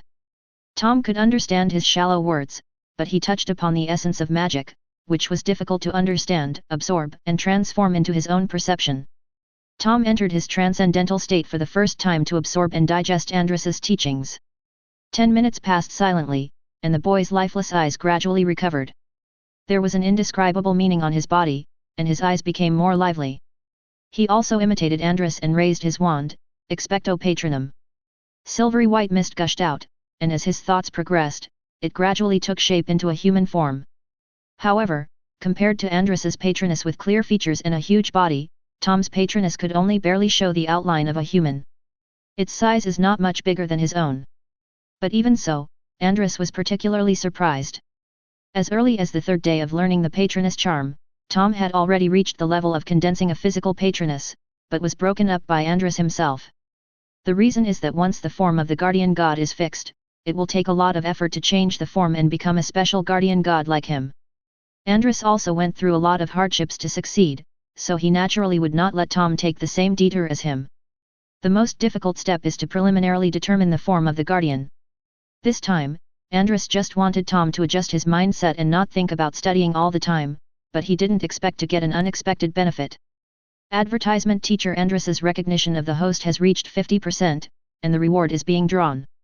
The drawing is completed. Congratulations to the host for obtaining the talent Absolute Justice. Absolute Justice, the host's non-black magic attack spell power is amplified, and the degree of amplification increases according to the host's magic power growth. The first private teacher's approval reaches 50%, unlocking the practice what you want function. Practice by example, the teacher can use the host's body to perform magic to improve teaching efficiency. The duration is limited to 5 minutes. For every point of recognition, the duration is extended by 10 seconds. The cooldown time is 24 hours. The host can cancel this state at any time and gain control of the body. As soon as the reward arrived, Tom's patroness visibly expanded and grew in height to 2 meters. Andrus didn't know that Tom could not only receive his teachings, but also suck his blood, use his talent. He was still lamenting that Tom's talent was much stronger than he judged, and he had misjudged it. After recalling the wonderful feeling when summoning the humanoid guardian, Tom stopped outputting magic power. Although the extraordinary mode had been exited, there were still some wonderful inspirations left. He didn't dare to waste them, and began to ask Andrus about the new questions that had just popped up. Even elite aurors cannot answer these questions. Most aurors are just a group of people who are good at using techniques, which does not mean that they can easily come up with theories. And it was nothing to Andrus. In their era, the development of magic had not yet taken shape. If one wanted to reach a certain level in magic, one had to study and comprehend all the theoretical knowledge by oneself. So don't be fooled by his appearance of a violent warrior and his extremely belligerent personality, but strictly speaking, Andrus is actually a master in the academic school. An hour later, the two finally stopped. Andrus taught Tom 2 more spells. These were not new magics he had learned recently, but 2 ancient magics, but they were both relatively simple. One is used to detect whether there is poison in the food, and the other is a trap trigger spell. If someone wants to launch a sneak attack, it will be triggered to form a protective shield. Tom memorized the spell and exited the study space. The other 3 people in the dormitory were already fast asleep, but Tom couldn't fall asleep. He has fully realized the power of the extraordinary state. At certain critical moments, 10 minutes can be equivalent to 10 days or half a month of hard training. Looking at the more than 300 credits in the system, Tom sighed. When will I become rich? Advertisement. Chapter 18. For many things, there are only 0 times and countless times. After using the extraordinary mode once, Tom is already planning for the second and third time. But his financial strength really doesn't support him to do so. He had been working hard every day for more than a month in the awakening system, and only then had he accumulated a few hundred credits. It's not that I don't study hard, it's mainly because I spend a lot of time every day using the study space, ranging from 3 hours at least to 6 or 7 hours at most.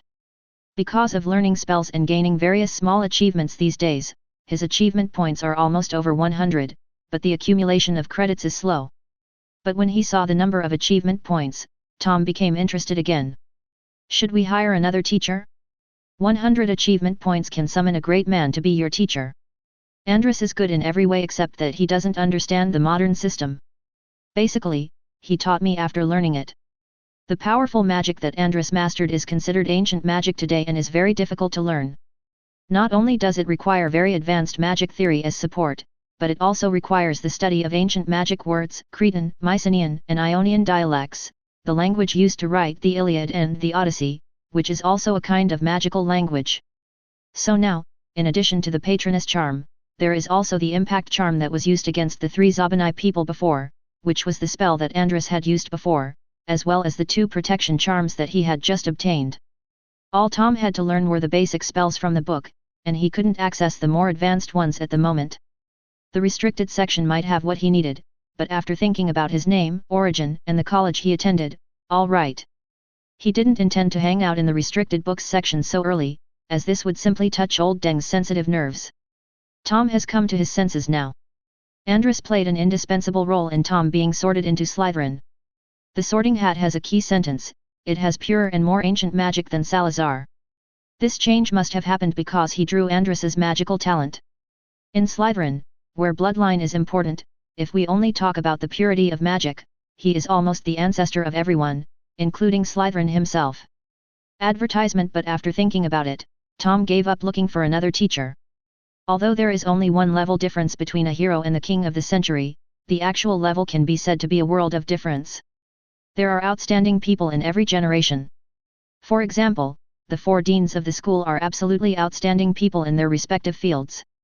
But characters like Dumbledore and Andres don't appear every 100 years. It's better to continue saving up, collect 1,000 points and then draw the king of the century. As for Immortal Legend, it is too far away from him, so he should wait until there are new channels for increasing achievement points in the future. It's all the system's fault. It made him start at such a high level from the beginning, which made him have higher horizons. Tom didn't know when he fell asleep, but he was woken. The 3 Sabinis actually woke up earlier than him, and were laughing all morning, which kept Tom awake. The furious Tom got up and whipped each person 3 times, then kicked them out of the dormitory before he calmed down. Then he went back to sleep for a nap. The 3 roommates who were kicked out were so angry that they were about to curse at the room when the door of the next dormitory opened. Malfoy came out with sleepy eyes and was stunned to see the 3 people standing at the door. "What are you doing here?" Zabanai swallowed the curse words that were about to come out of his mouth, and the other 2 did the same. It's not that family disgrace should not be made public, but they just don't want Malfoy to know that the 3 purebloods were beaten up by a mudblood and kicked out of the dormitory. This would definitely be laughed at by others for a long time, especially this Malfoy. They discovered it at the dinner yesterday. Relying on 2 tall and strong followers, Malfoy was more arrogant than them. Nothing. Roger's mind worked quickly, and he immediately found an excuse for the 3 of them. It's the first day of school, and we were so excited that we couldn't sleep, so we thought of going out for a walk. Malfoy, who was still half asleep, didn't think too much about it. He just muttered a few sarcastic words about being ignorant and went to wash up. I feel like he's even more annoying than Riddle. Looking at Malfoy's back, Zabanai wanted to beat Malfoy up like Tom had beaten him. Advertisement. This Malfoy was so arrogant when facing them. We are all pure blood, from the same 28 families, where does your sense of superiority come from? Just because of your fence-sitter dad? Not spit out a mouthful of disgust. Neither of these 2 is a good person. Let's take them one by one. Let's deal with Riddle first. The other 2 nodded. Perhaps because they were beaten twice together, the 3 of them established a good GM friendship in just one night. They found a corner in the lounge and began to discuss how to deal with Tom. We can sneak attack him. Not said, find a corner or hide in the classroom, and sneak attack him from behind. It will definitely succeed. No, that's risky. Rosier rejected it immediately. As long as we find a chance to use a spell on him, we will definitely lose. Look how skilled he was last night, using both transfiguration and attack spells. He is even more like a pureblood than us. If I fail, I guarantee I'll get whipped. We can use magic props. Zabanai's face was gloomy. I have a black magic prop at home. Anyone who touches it accidentally will be cursed. Don't mess around. Nott was startled. This is Hogwarts, Dumbledore's territory. If he finds out, Tom Riddle might be fine, but you will definitely be expelled. Zob and I stopped talking. The Slytherin students were more in awe and dissatisfied with Dumbledore. These were passed down from their parents' generation, so they didn't want their acts of revenge to alert the principal and prevent both sides from getting hurt. No, according to what my family said, Dumbledore's preference for mudbloods and half-bloods would most likely make them the only ones to suffer in the end. How about, we tell Dean Snape? Rosier rubbed his wound and said slowly, my parents were classmates with Snape, or, colleagues. He will definitely take care of me. Zob and I frowned. Tell the teacher? Wouldn't it be too embarrassing? What if he tells my mother? Rosier was very confident about this. No, my parents are already in Azkaban. He can't possibly send the letter there. Dementors can't be messengers. Sabini, not. Advertisement. Chapter 19. In the end, Blaise and Zob and I agreed to tell tales.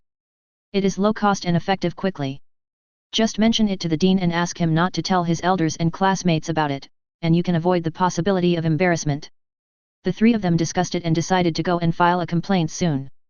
But they didn't notice that Daphne, who was sitting not far away, heard all their conversation, and a look of worry flashed across her little face. Nearing 8 o'clock, Tom, who had had enough sleep, got up refreshed, washed up and went to the common room. It was already dark last night, so it was impossible to enjoy the view of the depths of the Black Lake, the only feature of the Slytherin dormitory. Tom came to the floor-to-ceiling glass. The early morning light shining through the deep lake had become extremely weak, but he could still see clearly that a few fish were swimming carefree among the seaweed. Suddenly, a large shadow appeared, and when the shadow disappeared, the fish also disappeared. From the last few thick tentacles that appeared, Tom knew that the shadow was the legendary giant squid. Well, being carefree is not a good thing. Even when death is imminent, there is no reaction of resistance. Shocking, isn't it? Daphne appeared beside Wayne without knowing when, and also looked up at the window. I have heard about the scenery of Slytherin in the water, but until I saw it myself, I found that it was far more shocking than what was described in the book. It's really good. Tom nodded. It feels like staying in a hotel with a sea view every day. There was one more thing Tom didn't say, and that was it. This scenery is almost the only advantage of the Slytherin common room. As for the rest, he doesn't know what to say except complaining. It's dark, damp and there's no sunlight all day. The green-based color scheme is eerie even during the day, making people's mood unconsciously worse. To be honest, the fact that Slytherin always produces dark wizards cannot be entirely blamed on the school culture. Anyone who stayed in such a place for 7 years would have his personality distorted, except for a sunny boy like him.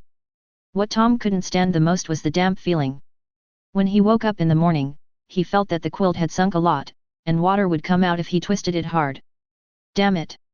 Advertisement: the UK is already humid enough, and Scotland is in the Highlands, so the wind and rain of the temperate maritime climate are more obvious, making it more humid than London. Coupled with the existence of the cellar and the Black Lake, it stands to reason that this place is simply uninhabitable. This is indeed the case. Usually the cellars of a castle are used to detain prisoners. God knows why Slytherin chose such a place as a dormitory. Were they afraid that their students would go crazy? On the way to the auditorium, Daphne quietly told Tom the conversation she had just heard. Tom didn't care about it at all. He just thanked the little witch for her enthusiasm and didn't want to continue the topic. Aren't you worried, Tom? Daphne glanced at the teacher's desk secretly. Snape had already arrived. She lowered her voice and moved closer to Tom. I heard that Professor Snape is very strict. You beat them yesterday. No matter how strict you are, you will be reasonable. Tom remained calm. It was Zob and I who provoked me yesterday. I was just passively fighting back. Professor Snape should know who to punish as long as he knows what's going on. Is that really the case? Daphne always felt that something was wrong, but she couldn't figure it out for the time being. Seeing that Tom was confident, I put my worries to rest. On the long table, in addition to the regular breakfast, the first-year students also had their class schedule for this semester in front of them. After watching it, Tom couldn't stop laughing. It was easy, too easy in fact, with fewer courses than when he was in elementary school. The first grade is a time to lay the foundation. There are no elective courses, only a few main courses, which are not many to begin with, and they are basically small classes. Large classes are 2 consecutive periods. Tom looked and saw that Slytherin only had Transfiguration class with Gryffindor at 9 o'clock in the morning, and Herbology class with Ravenclaw at 1 o'clock in the afternoon. It's only 100 minutes in total, and you'll have nothing to do after that day. The subsequent class schedule was similar, with basically 2 or 3 classes a day. Life was so easy. The time saved is just right for doing your own things. After we finish eating, let's go get familiar with the castle. Tom said to Daphne, I heard that the corridors of Hogwarts are all moving, and it's easy to get lost. The little witch nodded repeatedly, and the 2 of them finished their breakfast in a few seconds. In order to prevent themselves from getting hungry, Tom took 2 pieces of bread and butter before leaving the table. Advertisement at the Gryffindor table. Hermione watched the 2 leave and wanted to follow them, but her roommate Lavender Brown kept talking to her, so she had to give up. After Tom left, the 3 people of Zabani looked at each other and nodded. After a while, Snape left the table and the 3 of them quickly chased after him and stopped him outside the hall. Rosier, what do you want? Snape frowned. Among the 3 people, he only remembered Rosier's name. Rosier's parents were both Death Eaters, and they were his colleagues. Professor, please make the decision for us. Under Snape's shocked gaze, Zabani actually opened his clothes, revealing his thin chest. Ah! A witch who happened to be there for dinner screamed when she saw this. The teacher and the little boy? No, shouldn't it be the priest? It was the peak dining time and many people were near the lobby. They became excited when they saw this scene. Idiot, follow me. Being stared at with strange looks by so many people, Snape growled and rushed to the basement floor as if escaping. The 3 people quickly followed him. If we stay any longer, who knows what rumors will appear in the castle tomorrow. Here, it has English. It was not until they entered the office that Snape stared at Zabani with cold eyes. If you don't explain clearly what you want to do, even if you are my student, I will put you in detention. Professor, look at these whip marks. They were caused by Riddle. Zabani said excitedly, pointing at the red marks on his chest. He felt wronged whenever he thought about it. Neither his mother nor his 6 stepfathers had ever beaten him like this. Not and Rosier also described the scenes of last night and this morning, and Snape's face became even gloomier. This is outrageous. Advertisement. Chapter 20. Bang! How can this be possible? Snape slammed his palm on the table, making a loud noise. He beat up his classmates on the first day. What does he want to do? Professor, this Riddle is too lawless. Rosier threw dirty water. He thinks the wizarding world is their muggle school. He doesn't know any rules and doesn't take you seriously at all. A cold gaze swept over him, and Rosier was silent as a cicada, and immediately shut his mouth. Snape's voice was cold. Rosier, whether he takes me seriously or not is not for you to judge. It is for me to judge. I know about your affairs. I will handle them. You can leave now. Yes, Professor. After getting the answer, the 3 of them left the office happily, as if they had already seen Tom being punished by Snape and even expelled from school. And after they left, Snape's expression did not improve. He had seen arrogant students before, but this was the first time he had seen one that started to be arrogant so early. When Voldemort entered school, he was not like Tom. On the first night, he beat up 3 roommates and gave them a beating with a whip. He didn't take Dumbledore's 3 reminders seriously yesterday, but who could have thought that the boomerang would come so quickly? This is no longer an ordinary problem student, we must take strong measures. His eyes flickered for a moment, and Snape decided to handle it himself to avoid the old man having to play the good guy again. Today he was going to teach Tom a lesson and let him know whose territory Slytherin was. There are more than 140 staircases in Hogwarts, most of which are movable. Perhaps you can run between the 2nd and 3rd floors today and reach the top floor in a short while. Advertisement. The good news is that the operation of these stairs is not random. Some change their position at fixed times, some move according to the strength of pedestrians walking, or change their position by stomping their feet 3 times in a row. Sometimes you can take a shortcut and go directly from the 1st floor to the floor you want to go to, which saves time and effort and is very convenient. The bad news is that as newbies, Tom and Daphne have no idea about these hidden messages and can only try them one by one. In order not to be late for the first class, the 2 of them came out early. Because Tom kicked the stairs, a staircase from the 3rd floor to the 4th floor took them directly to the top floor. They had to walk down again with a grunt, taking every step very gently for fear of angering the stairmaster. After all the trouble, the two arrived at the classroom and it was almost time for class to start. When the day comes when he has studied this castle thoroughly, he will definitely change the rules to make them even more disgusting. He won't be the only one to suffer like this. Tom thought so and walked into the classroom with Daphne. There is a tabby cat on the desk. The patterns around its eyes are darker than other places. The cat sits on the desk, quietly watching the students chatting. Tom just glanced at her, without any intention of saying hello or revealing her identity, and walked into the classroom. Riddle, here. Hermione, noticing Tom's arrival, raised her hand and pointed to the empty seat next to her. Tom walked over, and Daphne pouted, but followed reluctantly. After they were seated, Hermione couldn't wait to ask, "How do you feel about Slytherin?" "It's okay. The students are very enthusiastic." "Well, is that so? But doesn't the book say that they are more hostile to young wizards from half-blood and muggle families?" "Really? Anyway, I didn't feel that. My roommates are all very friendly." "Okay." Hermione stopped struggling and patted the textbook in a boastful manner. "I finished reading this book for the third time last night. How about you?" Daphne couldn't help herself. If magic can be learned by reading books, then would there still be so many muggles in the world? Hermione sensed Daphne's hostility and raised her eyebrows to fight back. "Since I have a talent for magic, I can naturally learn knowledge from reading books. Can you purebloods learn magic just by lying down?" "Advertisement, at least we are not as greedy as you, because magic has been with us since we were born, and we are used to it." Bumpkin." Daphne made the last complaint in a very low voice, fearing that Tom might hear it and have a bad impression of her. To Tom's surprise, Daphne was also good at quarreling. She didn't look like a young lady who was ignorant of the ways of the world at all. The two of them went back and forth, attacking without defending. Tom sat in the middle with an expressionless face, only feeling that his two ears were their main targets of attack. "It's 8:55, said Tom suddenly. Hermione was stunned for a moment, then realized that class was about to start and the professor might come over at any time, so she snorted and stopped arguing with Daphne. Daphne also turned her head away, no longer looking at her, and started chatting quietly with Tom. A few minutes later, the class bell rang. Professor McGonagall hadn't appeared yet, but two people ran in breathlessly. Great, I'm not late."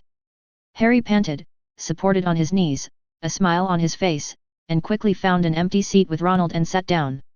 "What a weird staircase." Ronald, who was sweating profusely from running, also smiled. He looked around and didn't see Professor McGonagall, so he was even happier. "We are not late, but the professor is late. If I had known, I wouldn't have run so fast. I can hardly breathe." Ronald did not lower his voice when he spoke, and even though he and Harry were sitting relatively far back, they could still hear it clearly from the podium in front. Tom turned his head and looked at Ronald with pity in his eyes. Beating up his roommate on the first day was nothing. Ronald was the real warrior who dared to challenge Professor Cricket in the first class. "Morning, gentlemen and ladies." At this moment, the tabby cat leaped forward and transformed into Professor McGonagall in the air, shocking everyone. Ronald opened his mouth in shock and his face turned pale. Professor McGonagall glanced at him, then looked at everyone again. "I'm glad that no one is late for the first class. I hope you can keep up the same in the future. At least I won't be late." "It's over," she heard it. Ronald heard the faint wailing of mosquitoes and felt that his future was bleak. Harry calmly moved his butt away from his newly recognized good brother. Advertisement. Chapter 21. Transfiguration is an extremely advanced and dangerous subject. At the same time, it is also a magic that you will use frequently in the future. You must study hard with a rigorous and serious attitude. If anyone disrupts my class, I will kick him out, no matter which college he is from. Professor McGonagall showed off her power from the start, and only nodded in satisfaction when all the students were sitting upright, and then she gave them a sweet gift. She showed everyone the magic of transfiguration. Professor McGonagall tapped the table with his magic wand, and the square desk turned into a fat, cute white pig. And her next action made the little wizards exclaim in surprise. The big white pig first turned into a lion, roaring like the king of beasts, and then turned into a huge python, making every little wizard who looked at it shudder. The little wizards in the first row were even more pale and stumbled to the back. Even the little wizards in Slytherin didn't perform very well. Although the representative animal of their school is the snake, it doesn't mean that everyone here likes snakes. Tom clearly saw a smile flash across Professor McGonagall's eyes, and he secretly complained in his heart. I didn't expect that you, Professor McGonagall with thick eyebrows and big eyes, are also a sinister person. Bang! After a loud bang, the giant python disappeared and turned into a long table again. The chaos in the classroom gradually subsided. This is the charm of transfiguration. You can use it to change the world. However, the transformation of large animals is knowledge that only senior students will learn. Now, we have to start from the basics. Professor McGonagall gave each young wizard a toothpick. Their task in this class is to turn toothpicks into silver needles. When casting the spell, imagine the appearance of the silver needle in your mind. You must be clear and focused without any distracting thoughts. You must firmly believe that the toothpick in front of you is the silver needle, and let the object in your mind coincide with reality. Advertisement. After explaining the main points, Professor McGonagall let the little wizards practice freely. The classroom was filled with the sounds of the little wizards chanting spells. Unfortunately, the toothpick was still the same toothpick, without any change.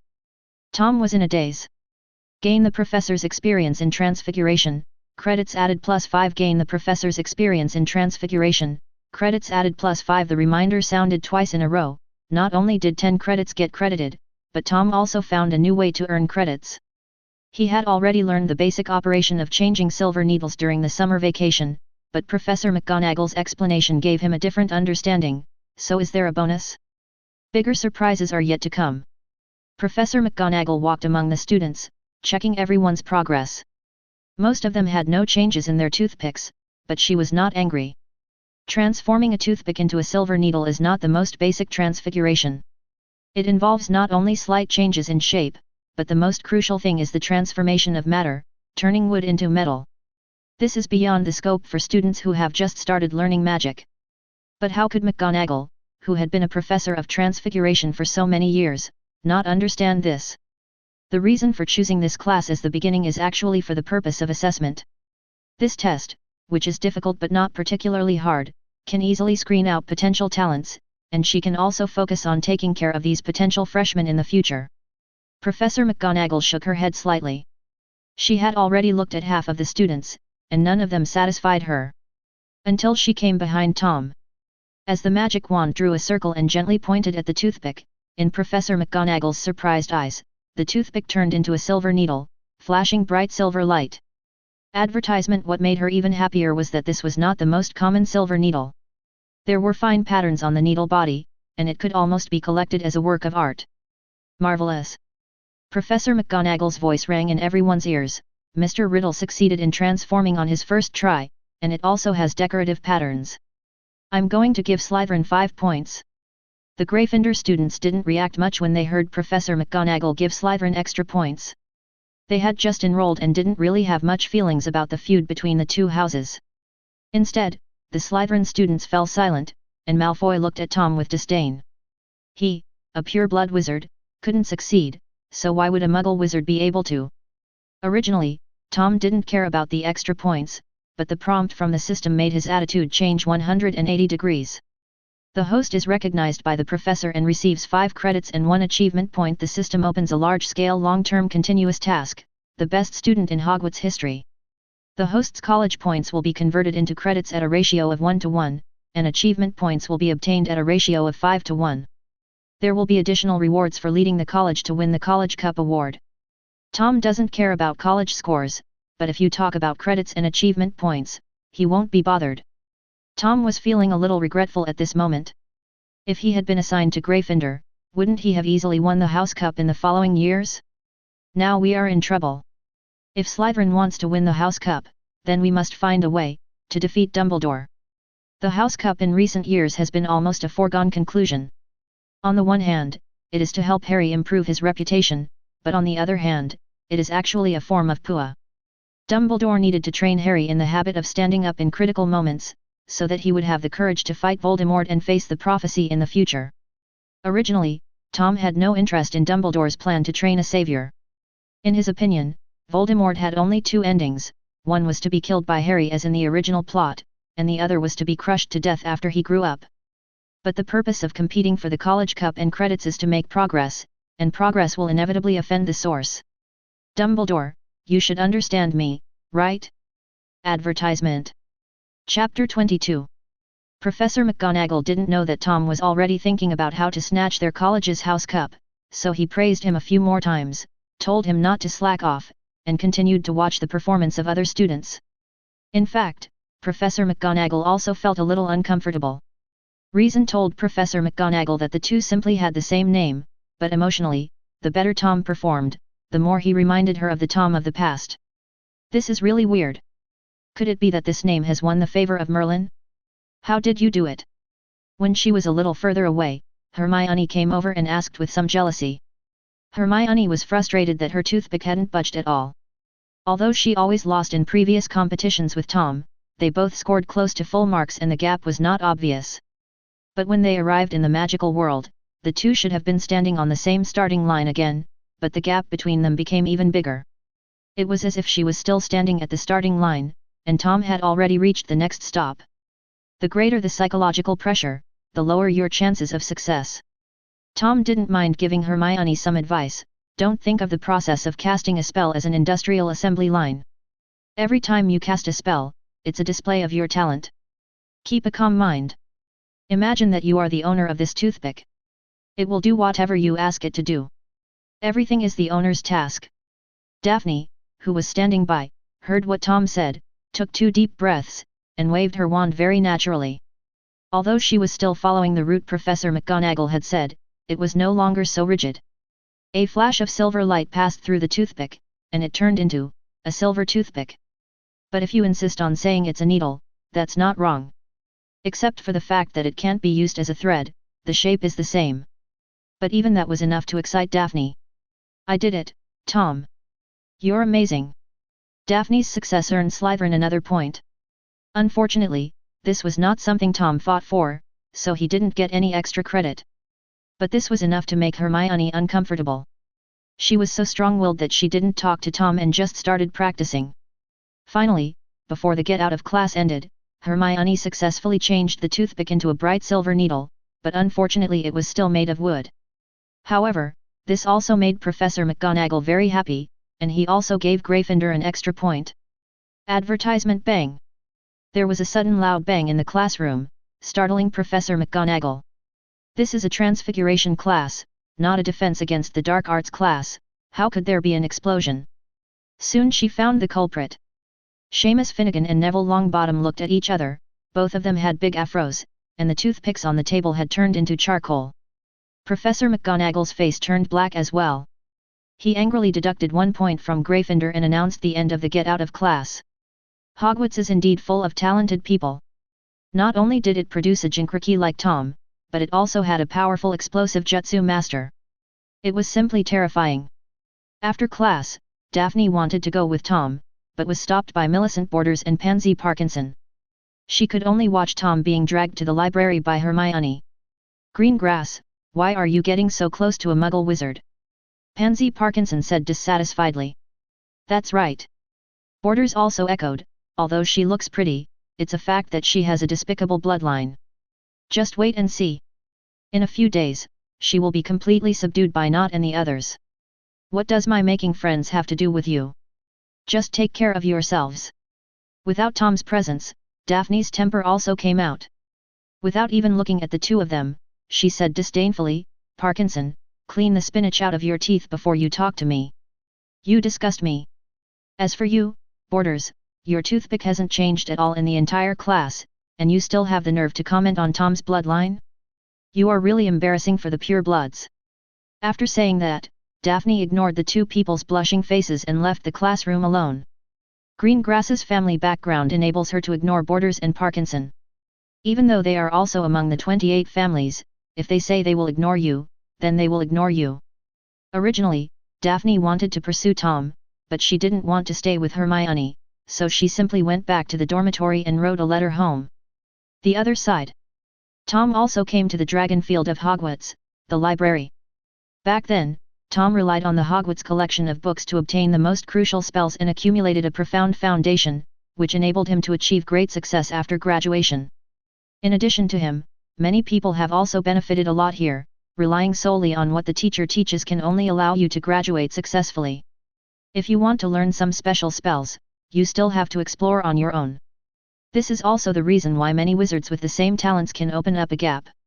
Some people have maximized their potential, while others have wasted most of it. Naturally, people have different destinies. Advertisement: The librarian, Madame Pants, was a woman with eyes like a hawk. Anyone who made loud noises or did not take care of the books would immediately receive her death stare. Hermione picked up a book called Elementary Transfiguration and started reading. Tom sat opposite her and took 3 books in one go, successfully gaining Madame Pants's attention. But Tom also wanted to enrich the collection of books in the study space, and did not care whether it would cause dissatisfaction to the librarian. He casually flipped through a few pages of each book, and after making sure they were included, he put the book back. When he picked up the 13th book, Madame Pants could no longer bear it. She came over with the duster she used to clean the bookshelf and asked in a low voice, "What are you looking for, kid?" Tom blinked in confusion. "That's why I read every book, because I don't know what I'm looking for. Is there a problem?" Madame Pants took a deep breath. "No problem, but please don't disturb others." "Thank you, I understand." Tom nodded slightly and continued to flip through the book as usual. He didn't make loud noises and didn't damage the books. If this could affect other people, then they might as well not study here and find a confinement room where it's quiet. As for Mrs. Pants's dissatisfaction, Tom didn't care at all. He guessed that this Mrs. Pants was most likely a squib like Filch. There was no record of her using magic in the 7 years in the original book. Tom glanced at her just now and didn't notice any signs that she was carrying a wand. Dumbledore was really bold to let a squib guard the library, which was like a treasure. At 12 o'clock, Tom and Hermione walked out of the library on time. "What book are you looking for?" Hermione was also curious about Tom's confusing actions just now, so she asked as soon as she came out. "I just browsed around to get a general idea of what each book is about, so it will be much easier to find it later." Hermione's eyes lit up, and she thought this was indeed a good idea, and planned to try it in the afternoon. Entering the Great Hall, Hermione went to the Gryffindor table. As soon as Tom sat down, a senior boy came over. Tom remembered him. He was the 6th-year prefect of Slytherin. "Riddle, Professor Snape asked you to go to him after your afternoon classes.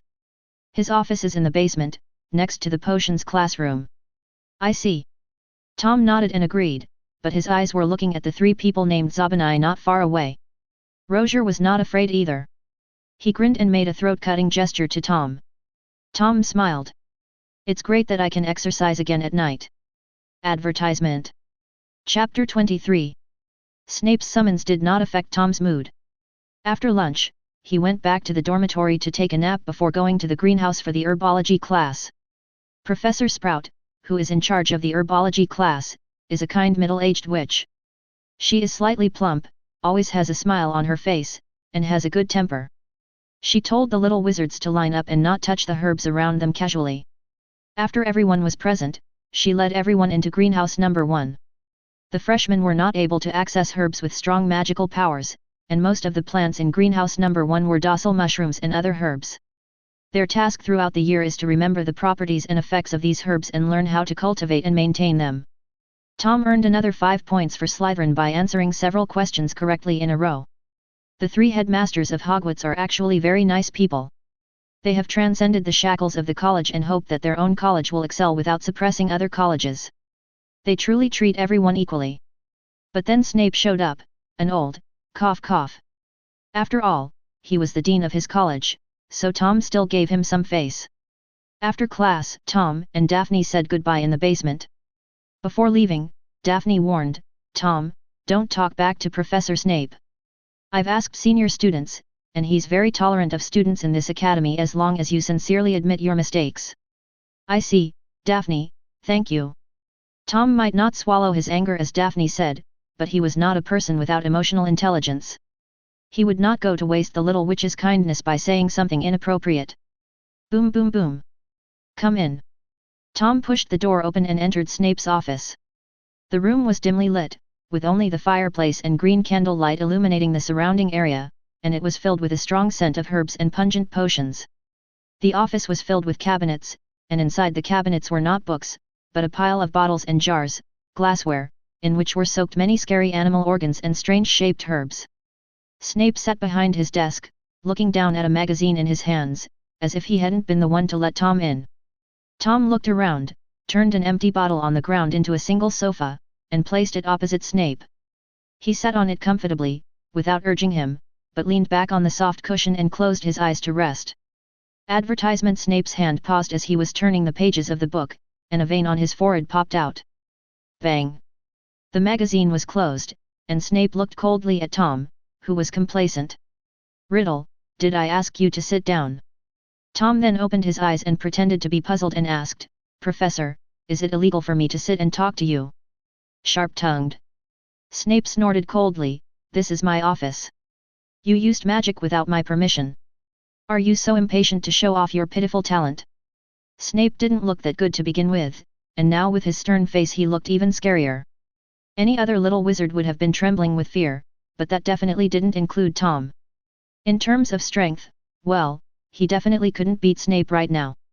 But this is Hogwarts, Dumbledore is still alive, and the White Lord is still a demon. How could he allow anyone to break the rules he set?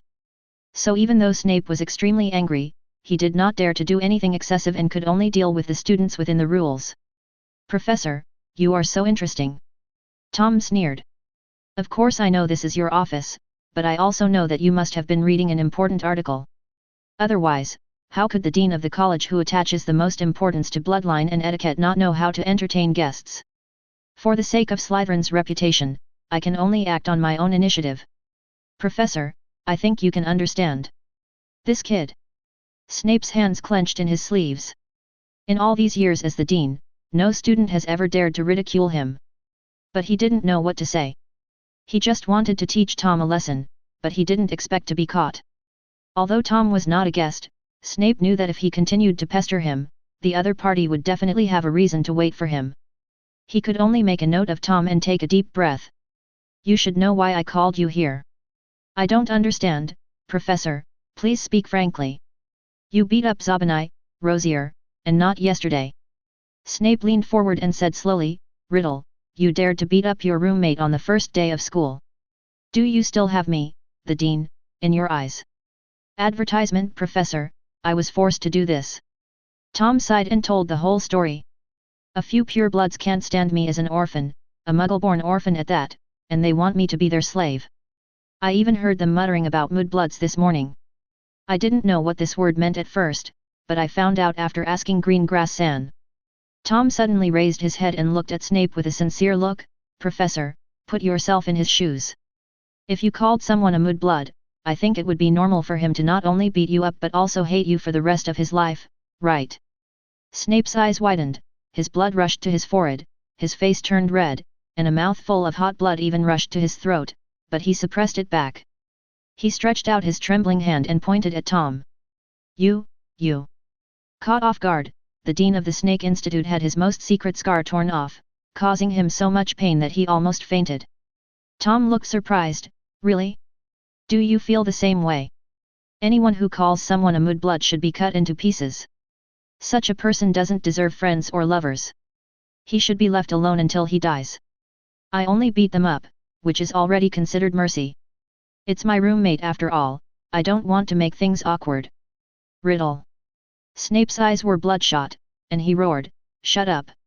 Tom raised his hands innocently and made a zipper motion around his mouth before he calmed down. Snape's chest heaved violently and he gasped for breath. It took him a long time to calm down, but there was still a knife in his eyes when he looked at Tom. I don't know where you get all these twisted theories from, but hitting someone is against school rules. I'm going to deduct your fine. Snape couldn't continue. This damn troublemaker is from their academy. If points are deducted, is it punishing Tom or punishing himself? Broke in. This guy can't be chosen. Advertisement. Chapter 24. Before this school year, Slytherin had already won 6 consecutive championships, and in another year it would achieve an unprecedented 7th consecutive championship. Especially since Potter was still in Gryffindor, Snape took this year's House Cup even more seriously. He didn't want to lose to James Potter's son, even if that man was also Lily Evans' son. He had never deducted points from his students before, and it was even more impossible this year. What's more, he is now full of disgust towards Rozier and others. If they hadn't gone to provoke Riddle for no reason, would he have had his lungs pierced today? So now Snape wanted to punish Tom not because he beat his roommate, but purely to vent his anger. "Since you dislike your roommate so much, I'll find you a quiet place," Snape said sinisterly. "Starting tonight, you will be placed in detention in the abandoned classroom next door for a week." "No," Tom answered readily. "If you don't go, what? You're not going?" Snape couldn't believe his ears. "That's right," Tom said as a matter of course, "I didn't do anything wrong. Why should I be put in solitary confinement? If anyone should be put in solitary confinement, it should be Rozier and the others. Do you think I'm discussing this with you?" Snape shouted angrily, "Detention is the professor's right. You have no right to refuse." "I'm not going anyway." Tom blinked. "If you want to punish me, then deduct points, record demerits, or even expel me. I can't resist these actions, but I can't put you in solitary confinement. My legs are on my body, so I won't go if I say no. His system only says that you will get credits if you earn points, but it doesn't say that you will also get credits if you lose points. If Snape wants to deduct the money, then let him do it. Let's see who will feel the pain in the end." Damn, he's a character. Looking at Tom, Snape found himself like he was facing a curled-up hedgehog, with no idea where to start. There are only a few ways that teachers use to deal with students: deducting school points, reporting to the dean of their school, suing the parents, putting the students in solitary confinement, giving them serious warnings, and the worst-case scenario, expulsion. Deduct points from the college and tell the dean that there is no need to say more. Tom cannot be selected. The key point is that this kid is an orphan, so it's useless to sue his parents. Advertisement: the remaining confinement measures were direct disobedience, not to mention serious warnings and expulsion. As the head of the house, he did not have such great power and must have Dumbledore's consent. But if I tell Dumbledore about this, there will probably be such a severe punishment. I guess he won't even give me a scolding. This Tom Riddle is invincible." Snape was so angry that his blood pressure rose again. He pointed at the door in anger and said, "Get out. Get out of my office. Goodbye, Professor." Tom stood up decisively, turned around and walked out of the room. Before leaving, he considerately left the door open, just to make Snape take a few more steps to close the door, in order to avenge Snape for not moving after he came in. Unfortunately, Tom forgot that this was a magical world. After he left, Snape waved his wand violently, and the door slammed shut with a loud bang, making the corridor buzz. The students who had just arrived in the basement to attend the potions class were startled by the noise and cast curious glances at Tom. In the office, Snape's chest heaved violently and he was breathing heavily.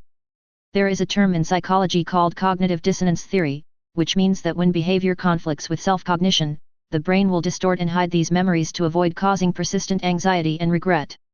Snape was one of those people.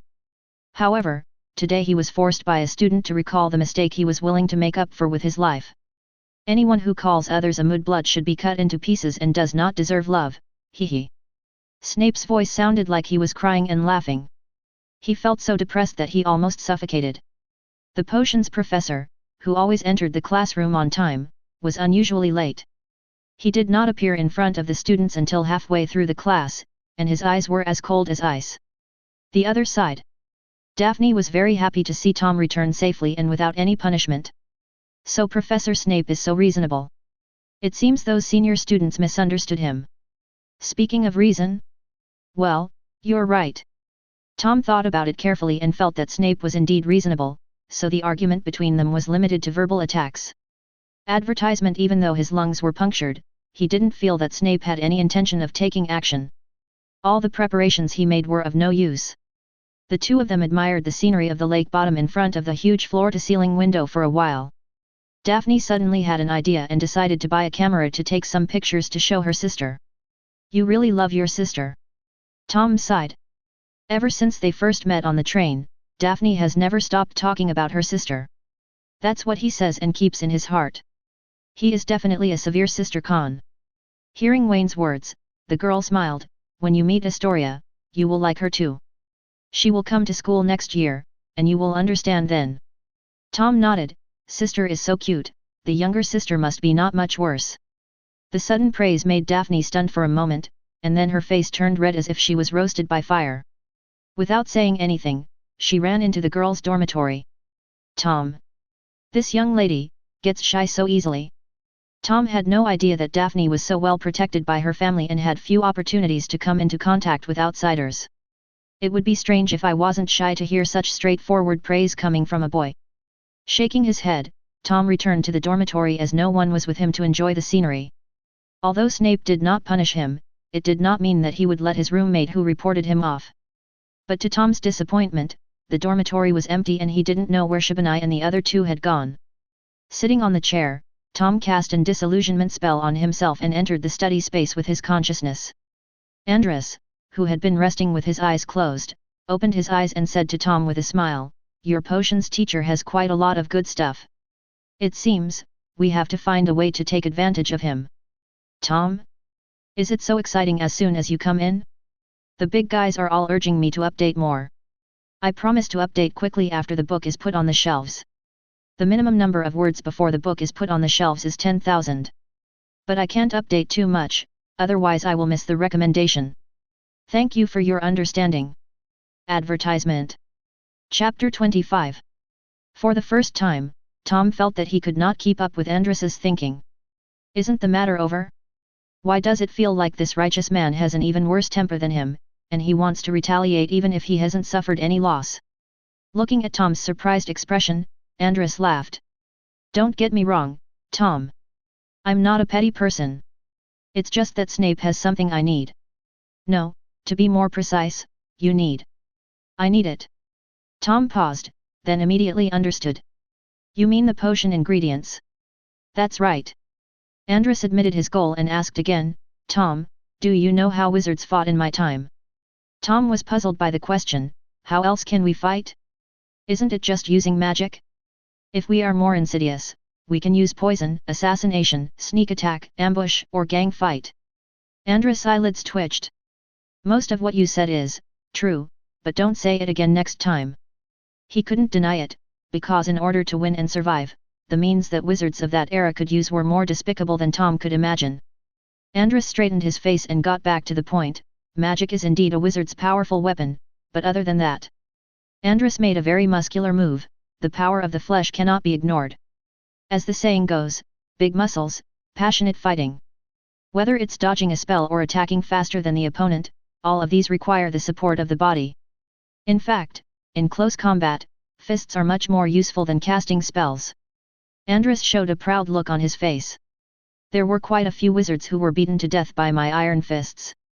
There were even some of them who you called great men of their generation. They were all stupid and could only cast spells at a distance. They lost their composure when I got close to them. They were typical useless academic wizards. As for how to strengthen your body, I have a complete set of training methods and matching potions. I originally planned to teach you after you had some money, but after reading Snape's collection, I think the plan can be advanced. It turns out that my poverty limits my progress." Tom muttered to himself. He only knew that the poor were good at literature and the rich were good at martial arts, but he didn't expect that learning magic would cost him money. "What materials are needed?" Tom asked again. Andres told the recipes of the potions. There were more than 10 kinds of them, which were definitely high-end potions. Except for a few common herbs that were relatively cheap, the others were more expensive than the others. Advertisement. Wayne had seen the heart of a fire dragon in the potion shop last time. It cost 8 galleons per ounce and it was not fresh. Dragon's blood grass cost 15 galleons per plant and he needed 8 plants in total. The most terrifying thing is the eyeball of the Sphinx's claw. This thing is even rarer than a fire dragon and is an absolute protected animal. It is impossible for a potion shop to sell this thing. It may be available in Nocturne Alley, but it is hard to come by and there is no accurate standard for the price. And it just so happens, most of these things can be found in Snape's collection. Done. Tom agreed with Andres' idea immediately. Damn Snape. If students want to make progress, it is reasonable for teachers to provide some sponsorship and support, right? I just observed that Snape seems to be very confident in himself. There is no trace of magic on the door lock, and there are no protective measures for the potion materials. All he needs to do is find an opportunity to sneak in. Tom was a cautious person. He opened the study space before entering Snape's office. Once Snape showed signs of taking action, he immediately used the physical action function to release Andrus. Therefore, Andrus could see the status of Snape's office very clearly. Let me think of a way. Tom pondered. It's easy to buy for free, but you can't underestimate Snape and Dumbledore. After all, this castle is their territory, so it's better to plan carefully. Just as he was about to discuss with Andrus about learning some concealment magic, the door of the dormitory was pushed open. The three Shabinis were overjoyed to see that the room was empty. Riddle's not here. He must have been punished by Professor Snape. He is in detention now. Nonsense! Rozier shouted, why is he being put in solitary confinement? Maybe he should be expelled. That's right. Nott nodded repeatedly, you're so lawless on your first day, you deserve to be fired. After saying that, the three of them burst into laughter. Tom also smiled and his consciousness exited the study space. The three people who were laughing wildly just now suddenly floated up uncontrollably, with their hands behind their backs as if their hands were tied up by invisible ropes. Then their knees softened, and their bodies fell down again, kneeling heavily on the ground. The disillusionment spell is lifted. Zabini, Rozier, and Nott looked at the boy who suddenly appeared with horror. Advertisement, oh shit! Why is he here? Didn't Snape already call Tom over? Just let him go like that. Tom ignored the three people's shock. He was savoring the feeling of casting the spell just now. Strong will and surging emotions.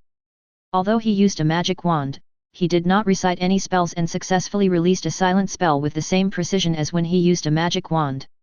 Tom had a new understanding of what Andrus said about will and emotion. This is a contradictory state, and it is difficult to grasp the right balance. If you use too much force, your emotions will get out of control, and if you restrain the impulse, the magic will not be released.